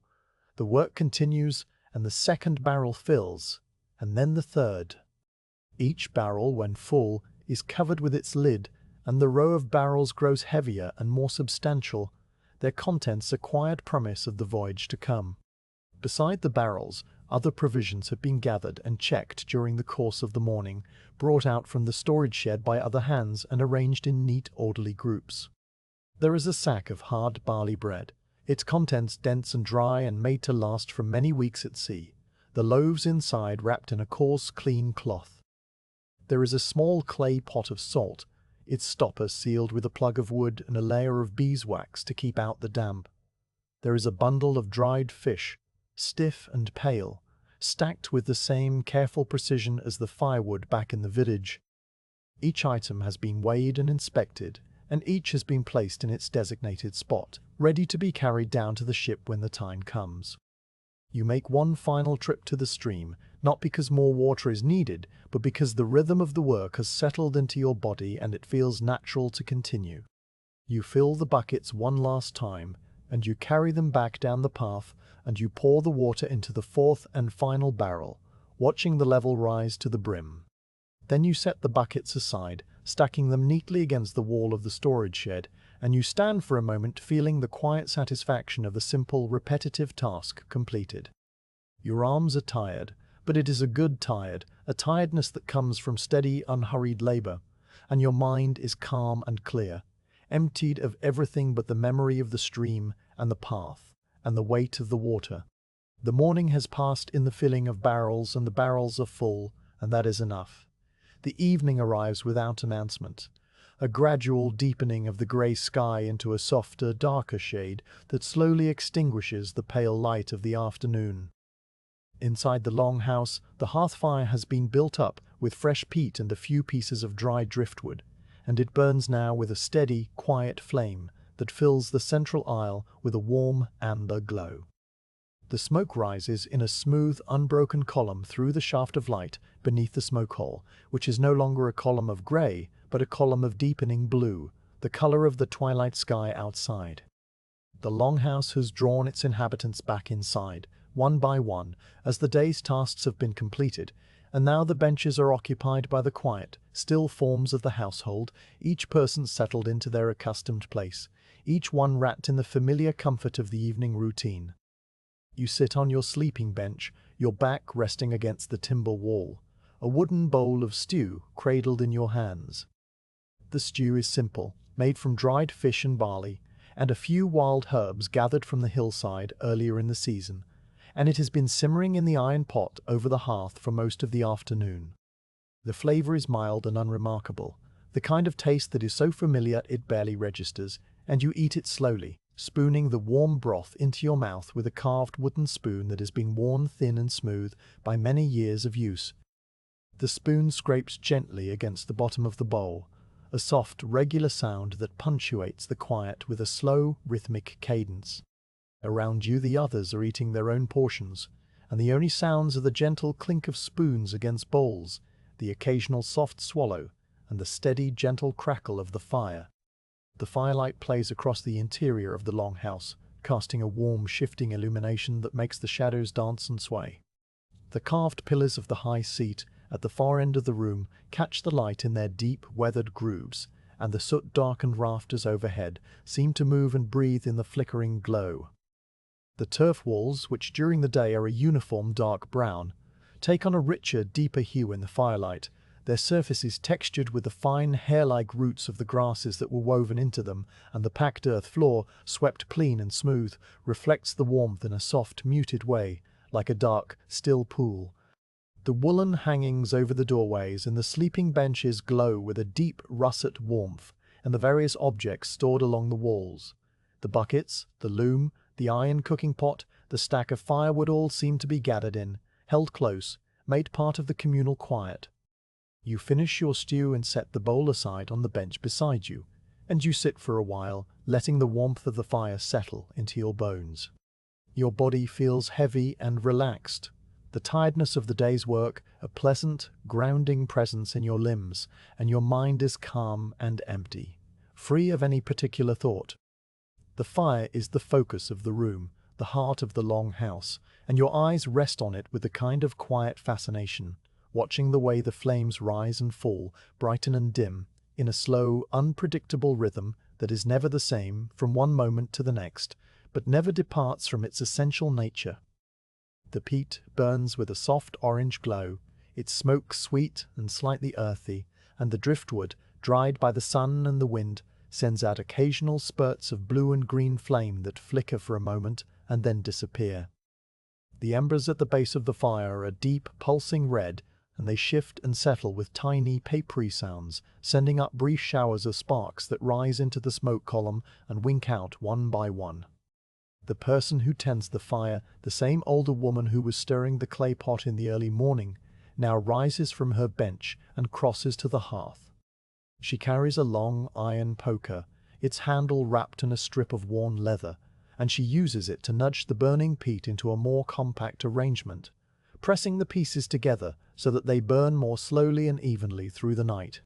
Her movements are slow and deliberate, the poker moving through the embers with a soft scraping sound, and the fire responds by brightening for a moment, its flames leaping a little higher before settling back into its steady, contained glow. She returns the poker to its place against the wall, and then goes back to her bench, sitting down with a long, quiet sigh that seems to release the last of the day's tension from her shoulders. There is no conversation in the longhouse, or at least none that rises above the level of a murmur. A few quiet words are exchanged here and there, simple observations about the weather, or the readiness of the ship, or the quality of the dried fish, but these words are spoken in low, unhurried tones, and they drift into the quiet and are absorbed by it without creating any disturbance. The long house in the evening is a place of rest, and the silence is not an absence of sound, but a presence, a thick, warm blanket that wraps around everyone and holds them in a shared, wordless communion.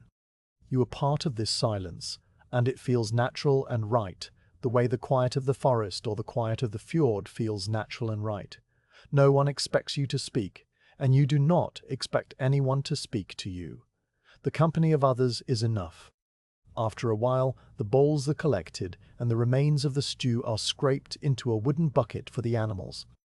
The bowls themselves are taken outside by one of the younger members of the household, who scrubs them with sand and rinses them in a bucket of seawater, the soft, gritty sound of the cleaning barely audible through the turf walls. When the bowls are returned, they are stacked neatly near the hearth, their surfaces clean and slightly damp, catching the firelight in small, bright glints. The iron pot is lifted from its hook over the fire, using a thick, folded cloth to protect the hands, and it is set aside to cool, its contents now reduced to a thin, dark residue that will be scraped out in the morning. The hook swings gently back and forth, its arc gradually decreasing until it hangs still, a dark, slender shape against the brighter glow of the flames. You watch these small domestic rituals with a feeling of deep, quiet contentment. They are the same rituals that have been performed every evening for as long as you can remember, and their familiarity is a comfort, a reminder that the world is ordered and reliable, that the patterns of life continue without interruption. The scraping of the bowls, the cleaning of the pot, the stirring of the fire, the settling onto the benches, these are the small, repeated actions that make up a life, and they are performed here with the same patient, unhurried care that goes into the mending of a sail or the filling of a water barrel. Nothing is rushed and nothing is overlooked, because there is time enough for everything, and the evening is long and peaceful. The fire begins to burn lower, its flames shrinking and its embers deepening to a rich, glowing crimson. The column of smoke thins and becomes more transparent, and the square of sky visible through the smoke hole shifts from deep blue to a dark, velvety grey, the color of a still sea at dusk. One or two stars, faint and tentative, appear in the opening, tiny points of cold, white light that seem very far away, and you look up at them for a moment, your neck craning back against the wooden wall, before lowering your gaze again to the warmth of the hearth. The air in the long house is cooling now, but the residual heat of the fire and the warmth of the bodies gathered around it keep the space comfortable, and you pull your blanket up around your shoulders, settling deeper into your bench. The others are also preparing for sleep, unrolling their blankets and arranging their furs with the same slow, methodical movements they have used all day. There is no hurry in these preparations, no sense of urgency or impatience. A man near the far end of the room removes his shoes and sets them on the floor beside his bench, aligning them neatly with the edge of the packed earth. A woman unties the leather cord that holds her hair and lets it fall loose around her shoulders, running her fingers through it a few times to work out the tangles. A child, small and sleepy, is lifted onto a bench by its mother and tucked under a thick, woolen blanket, its eyes already closing, its breathing already slowing into the deep, steady rhythm of sleep. The longhouse settles and sighs, its timbers creaking softly, its turf roof exhaling the last of the day's warmth into the cooling night air. You lie down on your bench, pulling the blanket up to your chin and resting your head on the folded sheepskin that serves as your pillow. The wool is soft and slightly warm from the heat of your body, and it carries the familiar, comforting scent of lanolin and old smoke. You lie on your side, facing the hearth, and you watch the embers through half-closed eyes, their glow a soft, pulsing presence at the edge of your vision. The sound of the fjord is faint now, a distant, rhythmic wash that is barely audible over the closer sounds of the long house, the soft breathing of the sleepers, the settling of the fire, the occasional gentle creak of a timber. These sounds blend together into a single soothing murmur, a lullaby made of ordinary, unremarkable things, and you feel your body sinking into the bench, your limbs growing heavier, your thoughts slowing and fading like the embers of the fire. You think, briefly and without any urgency, about the morning ahead. The ship will be loaded, the barrels of water and the sacks of bread and the bundles of dried fish carried down to the shore and stowed in the hull. The sail will be brought from the sailmaker's house, folded and ready. The oars will be laid out along the gunwale, their blades resting in the worn, smooth hollows you noticed earlier. And then, when everything is ready, the ship will be launched, sliding down the log rollers into the cold, dark water of the fjord, and you will take your place at an oar, and the voyage will begin. But all of that is still to come, still waiting on the other side of the night. And for now, it is nothing more than a quiet thought, a small, distant shape on the horizon of your mind. You do not grasp at it, and you do not push it away. You simply let it be, and then you let it drift, and then you turn your attention back to the warmth of the blanket and the glow of the embers and the slow, steady rhythm of your own breathing. The fire gives a last soft pop, a tiny sound that seems to come from very far away, and a single spark rises from the embers and floats up into the smoke column, drifting and turning. A brief, bright point of light that climbs higher and higher until it reaches the smoke hole and vanishes into the dark square of sky. You watch it go, and then you close your eyes. The bench holds your weight. The blanket holds your warmth. The long house holds its quiet. And the night, the long, calm night before your first sea voyage, settles over the village like a slow, gentle tide, covering everything in its cool, dark peace. The long house settles into its evening quiet, with the slow, heavy sigh of a building that has stood through many thousand evenings and will stand through many thousand more. The hearth fire has been built up for the night, not to a roaring blaze, but to a steady, contained burn that sends a column of pale grey smoke straight up to the smoke hole, where it mingles with the darker grey of the evening sky and then disappears. The firewood for the night has been stacked beside the hearth in a neat, orderly pile, each piece of birch and pine cut to the same length and arranged so that the ends face outward, showing their concentric rings in the firelight. The rings are pale and dark, a record of slow growth written in a language that needs no words. The flames move over the surface of the logs with a soft, fluttering motion, never staying in one place for long, and the light they cast is a warm, unsteady orange that makes the shadows of the rafters dance and sway against the turf roof. You sit on your sleeping bench, your back against the timber wall, a wooden bowl of plain stew resting in your hands. The stew is made of barley and dried fish and a few late-season herbs, simmered together in a clay pot over the hearth until the grains swelled and the fish softened and the flavors merged into a single, savory whole. The bowl is warm against your palms, and the steam rises from its surface in a thin, curling ribbon that carries the smell of the food to your nose. The smell is simple and good, the nutty, earthy scent of the barley, the faint, briny note of the fish, the green, aromatic hint of the herbs.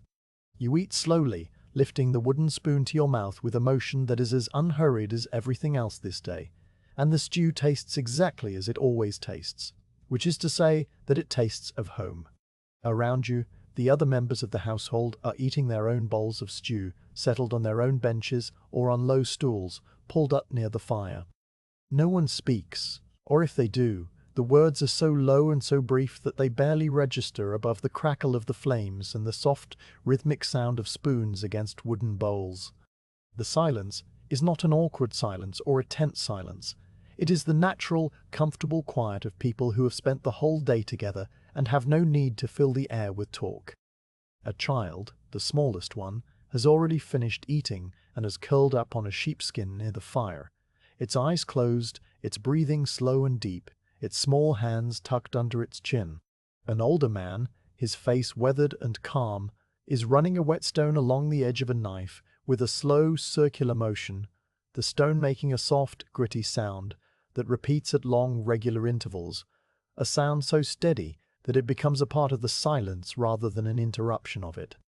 You finish your stew and set the bowl aside on the bench, and you lean back against the wall, feeling the solid, reliable weight of the timber behind you. The wall is warm from the fire and from the accumulated heat of the day, and the warmth seeps through the wool of your tunic and into your shoulders, loosening muscles that you did not realize were tight. Your eyes travel around the interior of the longhouse, taking in the familiar shapes and shadows with a slow, lazy attention that asks for nothing and expects nothing. The loom with its warp-weighted threads, the row of sleeping benches with their folded blankets, the stack of buckets and barrels against the far wall, the dark, gleaming curve of a cauldron hanging from a tripod near the fire. Each object is exactly where it has always been, and the sight of them is as comforting as the warmth of the stew in your belly. The evening deepens outside, and the light coming through the smoke hole fades from pale grey to a darker blue-grey, and then to a colour that is not quite black, but is no longer any shade of day.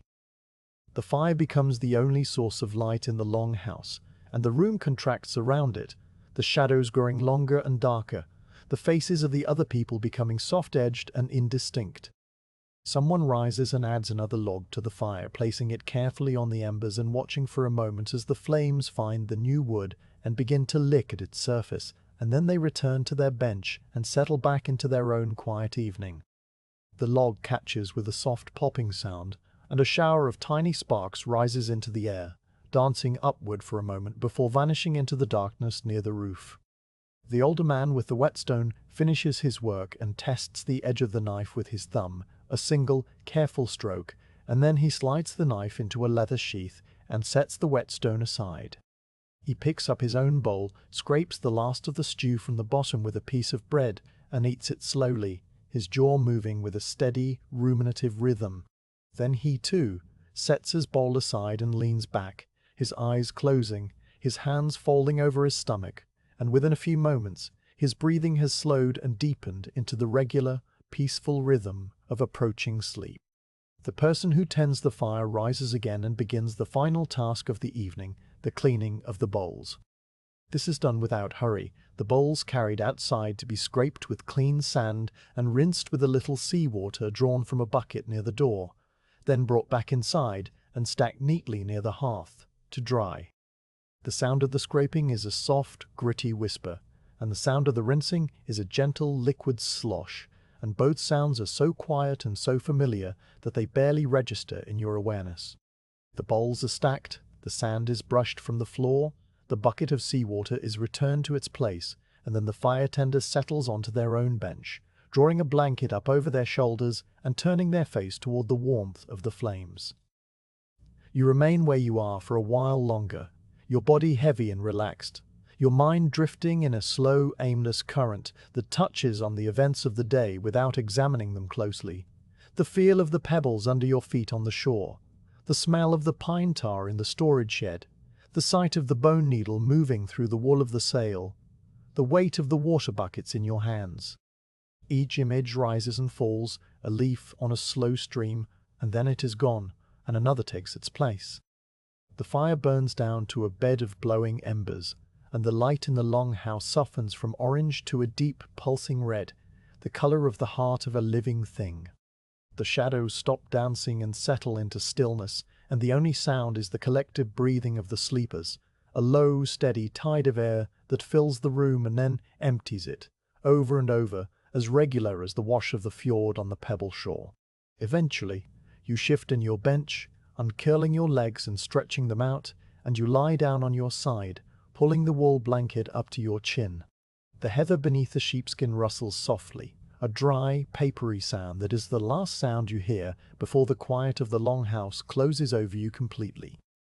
The bench is warm from your body, and the blanket is rough and familiar against your skin, and the darkness behind your eyelids is a deep, even black that has no shape and no end.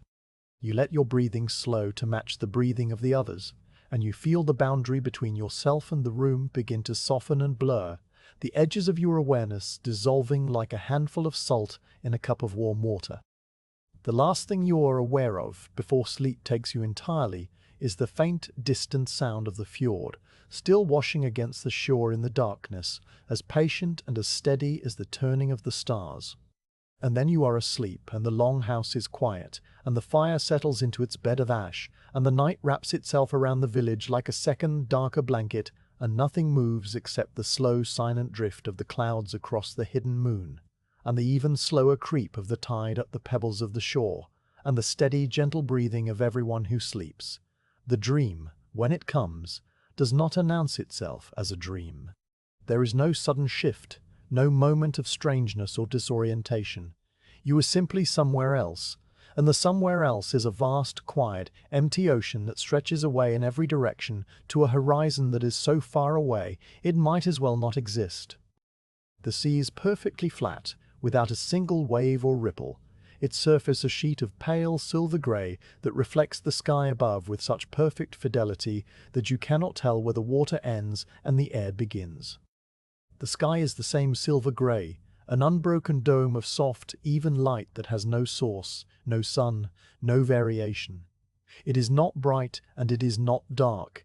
It is simply illuminated, a uniform pearlescent glow that casts no shadows and creates no glare.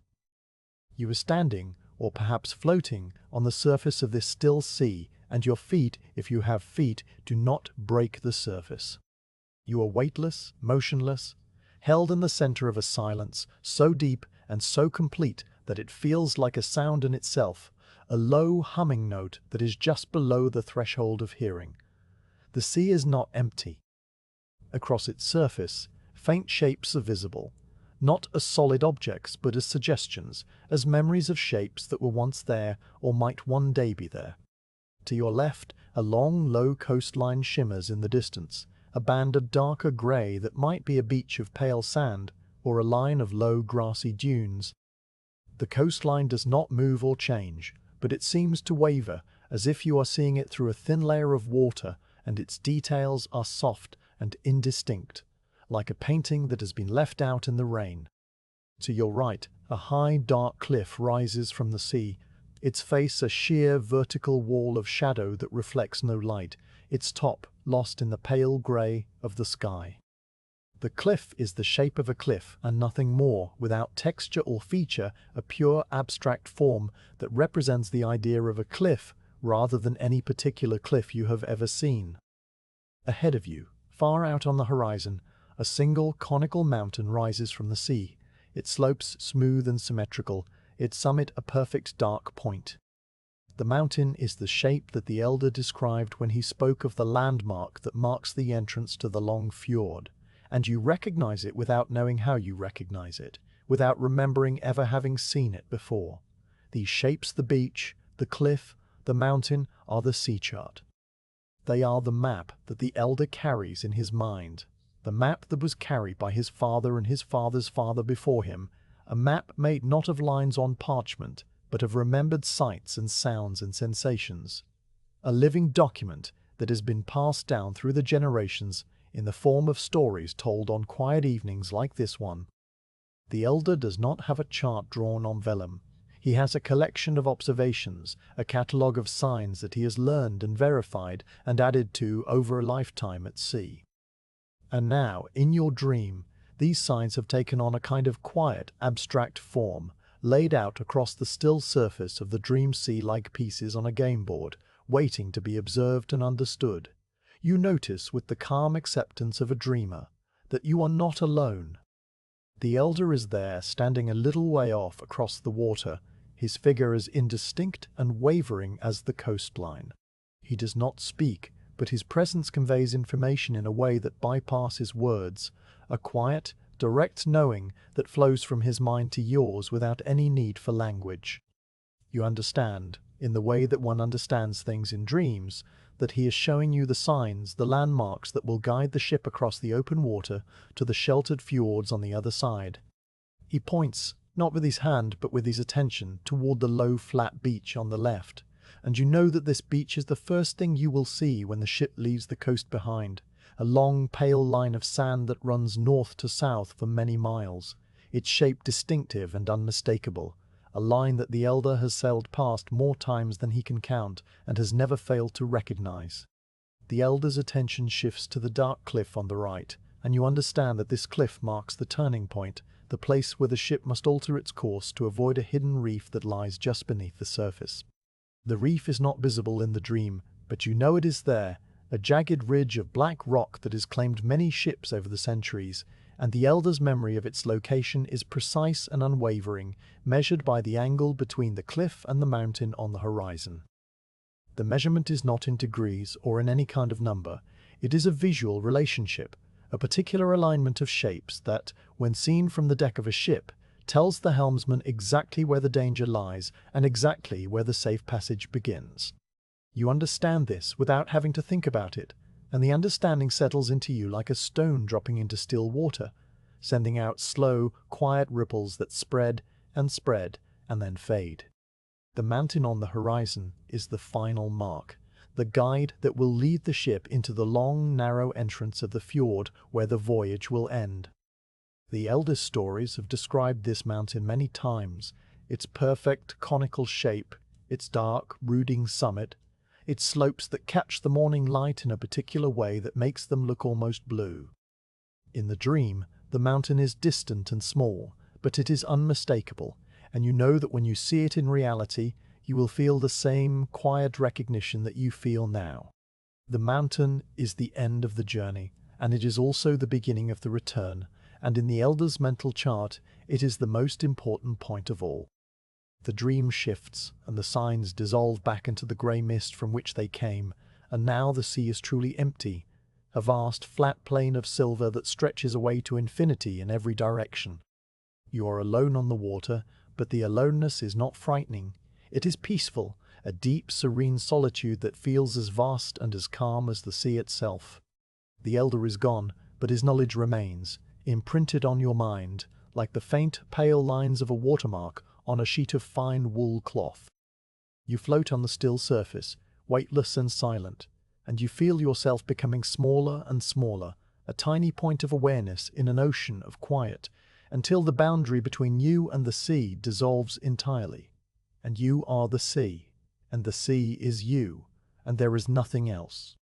The dream fades as slowly as it came, the silver light dimming by imperceptible degrees, the empty sea growing darker and softer, until at last it is nothing but a warm grey darkness, a comfortable void that holds you without weight and without time. You drift in this darkness for a long, measureless interval, and then, very gradually, the sounds of the long house begin to filter back into your awareness, the soft crackle of the dying embers, the gentle breathing of the sleepers, the distant rhythmic whisper of the fjord. You are still asleep, but the dream has ended, and the rest of the night stretches out ahead of you, quiet and deep, and without any dreams at all.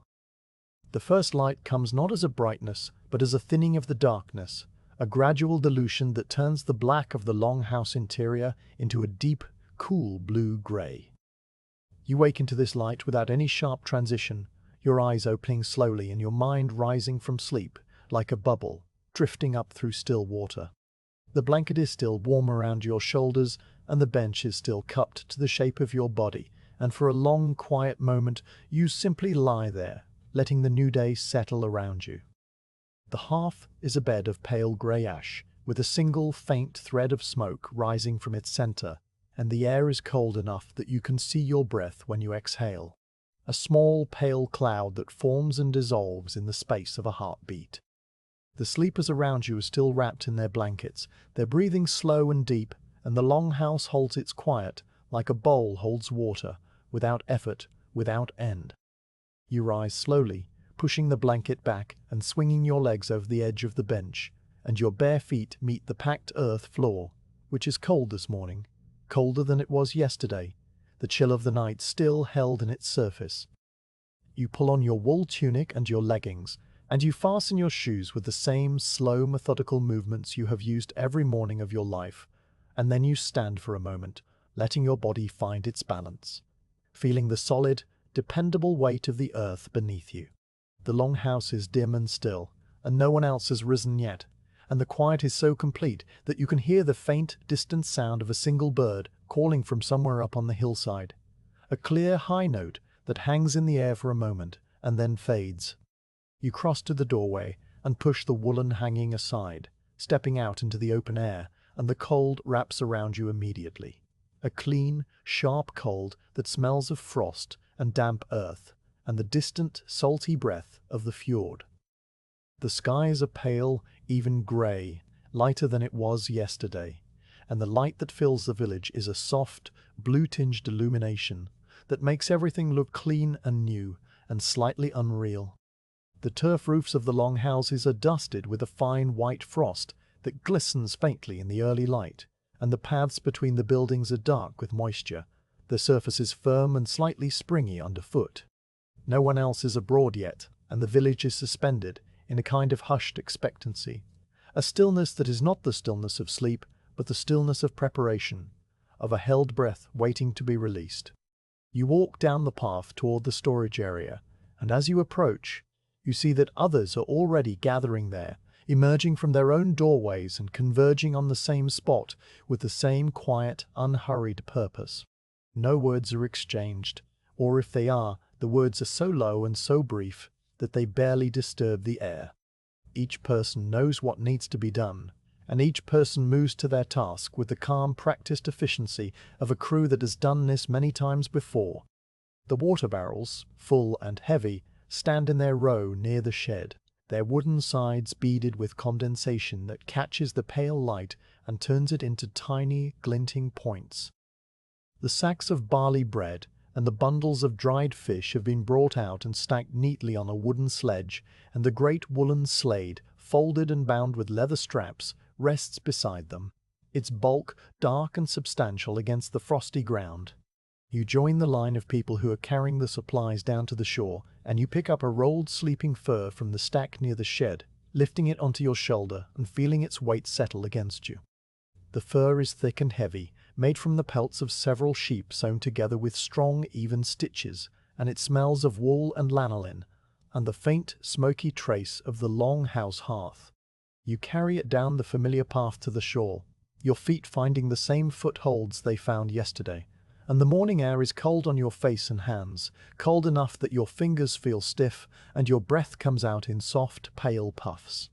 The pebbles of the shore crunch under your shoes, their surfaces slick with a thin layer of frost that is already beginning to melt in the faint warmth of the rising sun.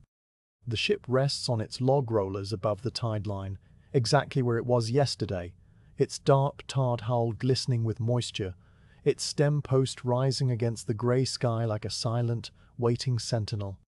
You walk up to the side of the ship and lift the sleeping fur over the gunwale, letting it drop into the hull with a soft, muffled thud. And then you turn and walk back up the path to the storage area, your arms light and empty, your breath steady and slow. Behind you, others are doing the same work, carrying furs and blankets and spare clothing down to the ship, each item placed carefully in the hull according to a plan that everyone understands without needing to discuss it. The lighter items go toward the ends, the heavier items toward the middle, and everything is arranged so that the ship will sit balanced and true in the water. You make the journey several times, carrying a cooking pot on one trip, its iron surface dark and pitted with age, its handle wrapped in a strip of worn leather to protect the hands from the heat. The pot is heavy, and you carry it with both hands, holding it against your chest, and when you lower it into the hull, you place it near the center, where it will be stable and accessible. On the next trip, you carry a small wooden chest that contains the ship's tools, a spare knife, a coil of thin twine, a lump of beeswax, a bone fid for splicing ropes, a small whetstone. The chest is not large, but it is surprisingly heavy, its weight a reminder of the work that these tools will do, and you set it down in the hull with the same quiet care, positioning it so that it will not shift when the ship begins to move. The loading continues as the light brightens, the pale grey of the sky warming by slow degrees towards a softer, more golden hue, and the frost on the ground melts away, leaving behind a faint, dark dampness on the grass and the pebbles. The water barrels are the heaviest items, and they require 2 people to carry, each person gripping one of the rope handles and walking with slow, coordinated steps down the path to the shore. You watch as the first barrel is lifted over the gunwale and lowered into the hull, where it is wedged into place with wooden shocks that have been carved for this exact purpose, and then the second barrel follows, and the third and the fourth, each one settled into its designated spot and secured against movement. The barrels sit low and solid in the bottom of the ship, their pale wooden staves a contrast against the dark tart planks of the hull, and the water inside them sloshes gently with each small movement, a soft, liquid sound that is quickly absorbed by the larger quiet of the morning. The sail is the last large item to be loaded, and it takes several people to carry it, the folded wool heavy and awkward, its bulk threatening to unroll if it is not handled with care. You join the others, taking a section of the folded sail onto your shoulder, and you walk in a slow, shuffling line down to the shore, your steps coordinated so that the sail does not twist or drag on the ground. The wool is rough against your cheek, and it smells of the sailmaker's house, of beeswax and linen thread, and the faint, oily scent of the soapstone lamp. When you reach the ship, the sail is lifted over the gunwale and laid carefully in the stern, where it will be ready to be raised when the ship reaches open water, and it settles into place with a soft, heavy sigh, its folds shifting and then stilling. With the large items loaded, the work turns to the smaller, more personal things: a leather pouch of dried meat, a small clay bottle of fresh water for the first day's rowing, a spare pair of woolen socks, a folded square of oiled cloth for keeping the damp off the barley bread.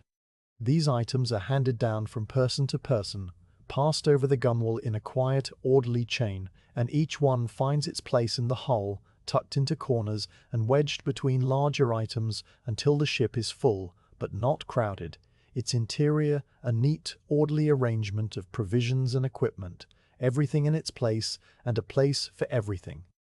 You stand back from the ship for a moment, catching your breath, and you look at the hull, now heavy with the weight of all the supplies, and you see how the log rollers have sunk a little deeper into the gravel, pressed down by the increased mass. The ship looks different now than it did yesterday, when it was empty and resting.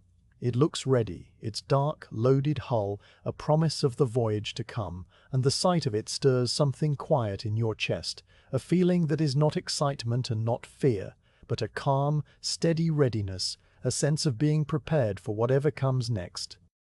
The mist has lifted from the fjord now, and the water is a pale, flat grey, its surface smooth and undisturbed. The mountains on the far shore are dark and soft-edged, their lower slopes wrapped in a thin haze that will burn off as the morning warms, and the air is still, without even the faintest breath of wind. It is a perfect morning for a departure, calm and settled, and the older crew members look at the sky and the water with the quiet satisfaction of people who have learned to read the weather and have found it favorable. The time has come to board the ship. You walk up to the side of the hull, and you place your hands on the smooth, worn wood of the gunwale, feeling its cool, solid surface under your palms, and then you lift yourself up and over, swinging your leg across and dropping down into the interior of the ship. The hull is deeper than you expected, the bottom planks a good way below the gunwale, and you land with a soft thud on the wooden floor, your knees bending to absorb the impact. The smell inside the ship is different from anything you've experienced before. It is a mix of pine tar and oak, of damp wool and dry straw, of the faint, clean scent of the water barrels, and the richer, earthier scent of the sleeping furs. It is the smell of a space that has been closed and waiting, and it wraps around you like a second layer of clothing, close and intimate and strangely comforting. You find your place. A spot near the middle of the ship or an oar hold has been assigned to you, and you sit down on a low wooden chest that has been positioned here as a rowing bench. The wood of the chest is smooth and dark, polished by the many hands and bodies that have sat on it over the years, and it is just the right height for your arms to reach the oar comfortably when the time comes. Beside you, the oar rests against the inner planking, its long, slender shaft of ash pale and smooth, its blade a broad, leaf-shaped curve that has been darkened by long immersion in the sea. You reach out and touch the oar, running your fingers along its length, feeling the subtle variations in the grain, the places where the wood has been worn slightly thinner by the friction of the oar hole, the smooth, polished grip where countless hands have held it before yours. The others are boarding now, climbing over the gunwale one by one and finding their own places along the length of the ship, and the hull fills with the soft sounds of bodies settling, of feet on wood, of quiet, murmured words exchanged between neighbors. The older crew member who checked the ropes in the storage shed is sitting near the stern, his hand resting on the tiller of the great steering oar, and the elder who mended the sail is near the bow, her face calm and untroubled. Everyone is in their place, and the ship is full, and the quiet of the morning settles over the vessel like a final, necessary blessing. You sit very still, your hands resting loosely on your knees, and you feel the ship around you, its solid, massive presence, its weight and its strength. The wood beneath you is cool and hard, but it is not uncomfortable. It is simply there, a fact, a foundation. The ship does not move yet. It rests on its rollers, held firm by the friction of the gravel, and it will not move until the order is given and the crew pushes it down into the water.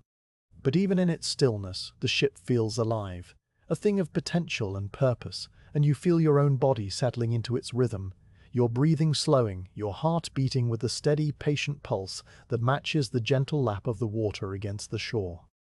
You look out over the gunwale, back toward the village, and you see the long houses clustered on the slope above, their turf roofs pale and frosted, their doorways dark and quiet.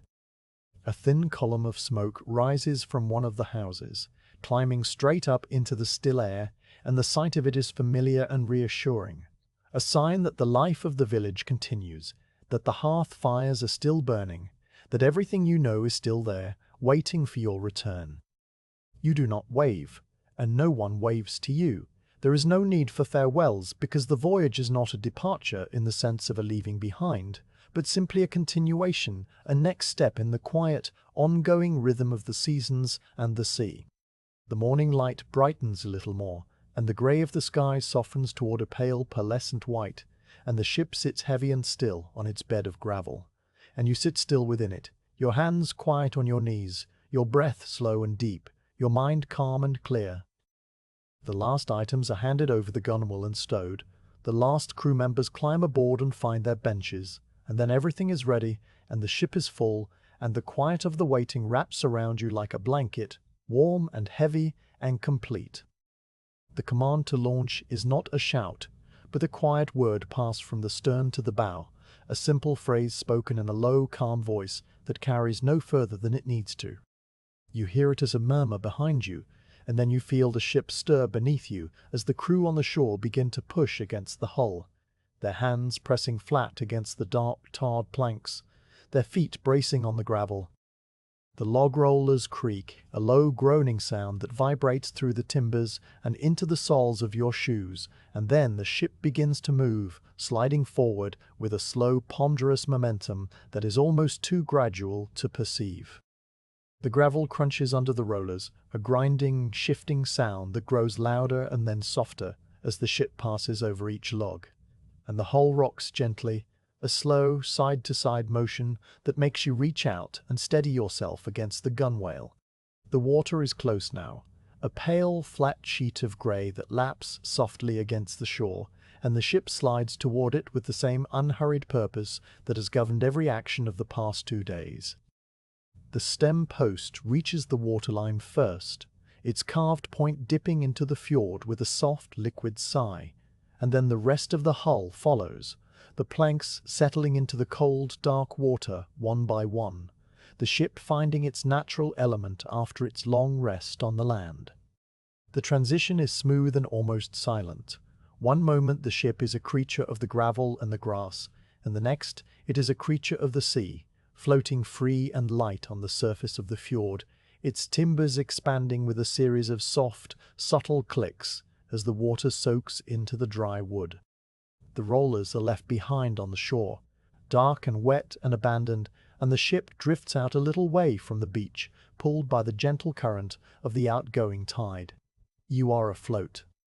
The feeling is different from anything you have experienced on land, a constant, subtle motion that never quite stops, a gentle rise and fall, a soft sway from side to side, a delicate trembling that runs through the hull like the heartbeat of a living creature. The ship is alive in the water, and you are alive within it, and the two of you are connected now, bound together by the simple fact of being at sea. You look over the gunwale and see the shore receding, the pebbles and the grass and the log rollers growing smaller and more distant, and you see the village on the slope above, the long houses pale against the green-brown of the hillside, the thin column of smoke still rising straight up into the still grey air. The sight is familiar and calm, and you watch it for a moment without any particular emotion, simply observing the way the distance grows, the way the familiar shapes become smaller and softer, the way the world you have known all your life is slowly, quietly becoming a picture, a memory, a place you will return to. The oars are passed out now, handed along the length of the ship from the storage racks to the waiting hands of the crew. You take yours, the same oar you touched earlier, and you feel its weight in your palms. The smooth, worn wood of the grip, the longer, rougher section of the shaft where the oar will rest in the hole.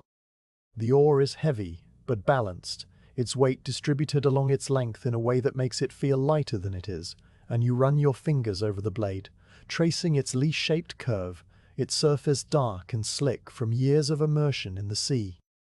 The oar hole in front of you is a dark, round opening in the top strake of the hull, its edges worn smooth and slightly polished by the friction of countless strokes, and you guide the blade of the oar through it, pushing it out and down until the shaft rests against the lower edge of the hole and the blade dips into the water with a soft, clean plash. The water is cold and dark, and you feel its resistance through the shaft of the oar, a steady, gentle pressure that pushes back against your hands. The oar floats in the water, its blade submerged and invisible, and you adjust your grip, finding the right position, the right angle, the right balance between the pull of the sea and the push of your arms. Around you, the others are doing the same, their oars sliding into the water one by one, and the sound of the blades entering the fjord is a soft, rhythmic chorus of splashes that rises and then fades, leaving behind a new quiet, the quiet of a ship at rest on the water, waiting for the first stroke. The order to row is not a command, but a rhythm, a slow, steady beat that is set by the older crew member at the stern, who begins to tap his hand against the wooden tiller in a simple, unhurried cadence. The beat is slow at first, a single, deliberate pulse that repeats every few seconds, and you match your body to it, leaning forward on the bench and reaching out with the oar, your arms extended, your back straight, your eyes fixed on the back of the person in front of you. Then the beat comes, a soft, firm thump that you feel as much as you hear, and you pull on the oar, drawing it back toward your chest, feeling the blade bite into the water and the shaft flex slightly under the strain.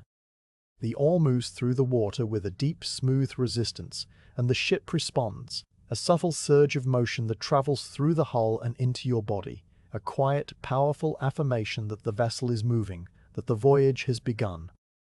The first stroke is followed by the recovery, a slower, gentler movement that brings the oar back to its starting position, the blade lifting from the water with a soft, dripping sound and then sliding forward through the air, ready for the next pull. You lean forward again, reaching out, and the beat comes, and you pull, and the ship moves, and the cycle repeats over and over, a slow, steady rhythm that begins to feel as natural as breathing. The oar shaft slides through your fingers with a soft, smooth friction, and the grip warms under your palms, and the muscles of your arms and shoulders and back begin to settle into the work, finding their strength, finding their pace. The sound of the rowing is a quiet, layered music made of many small, soft parts.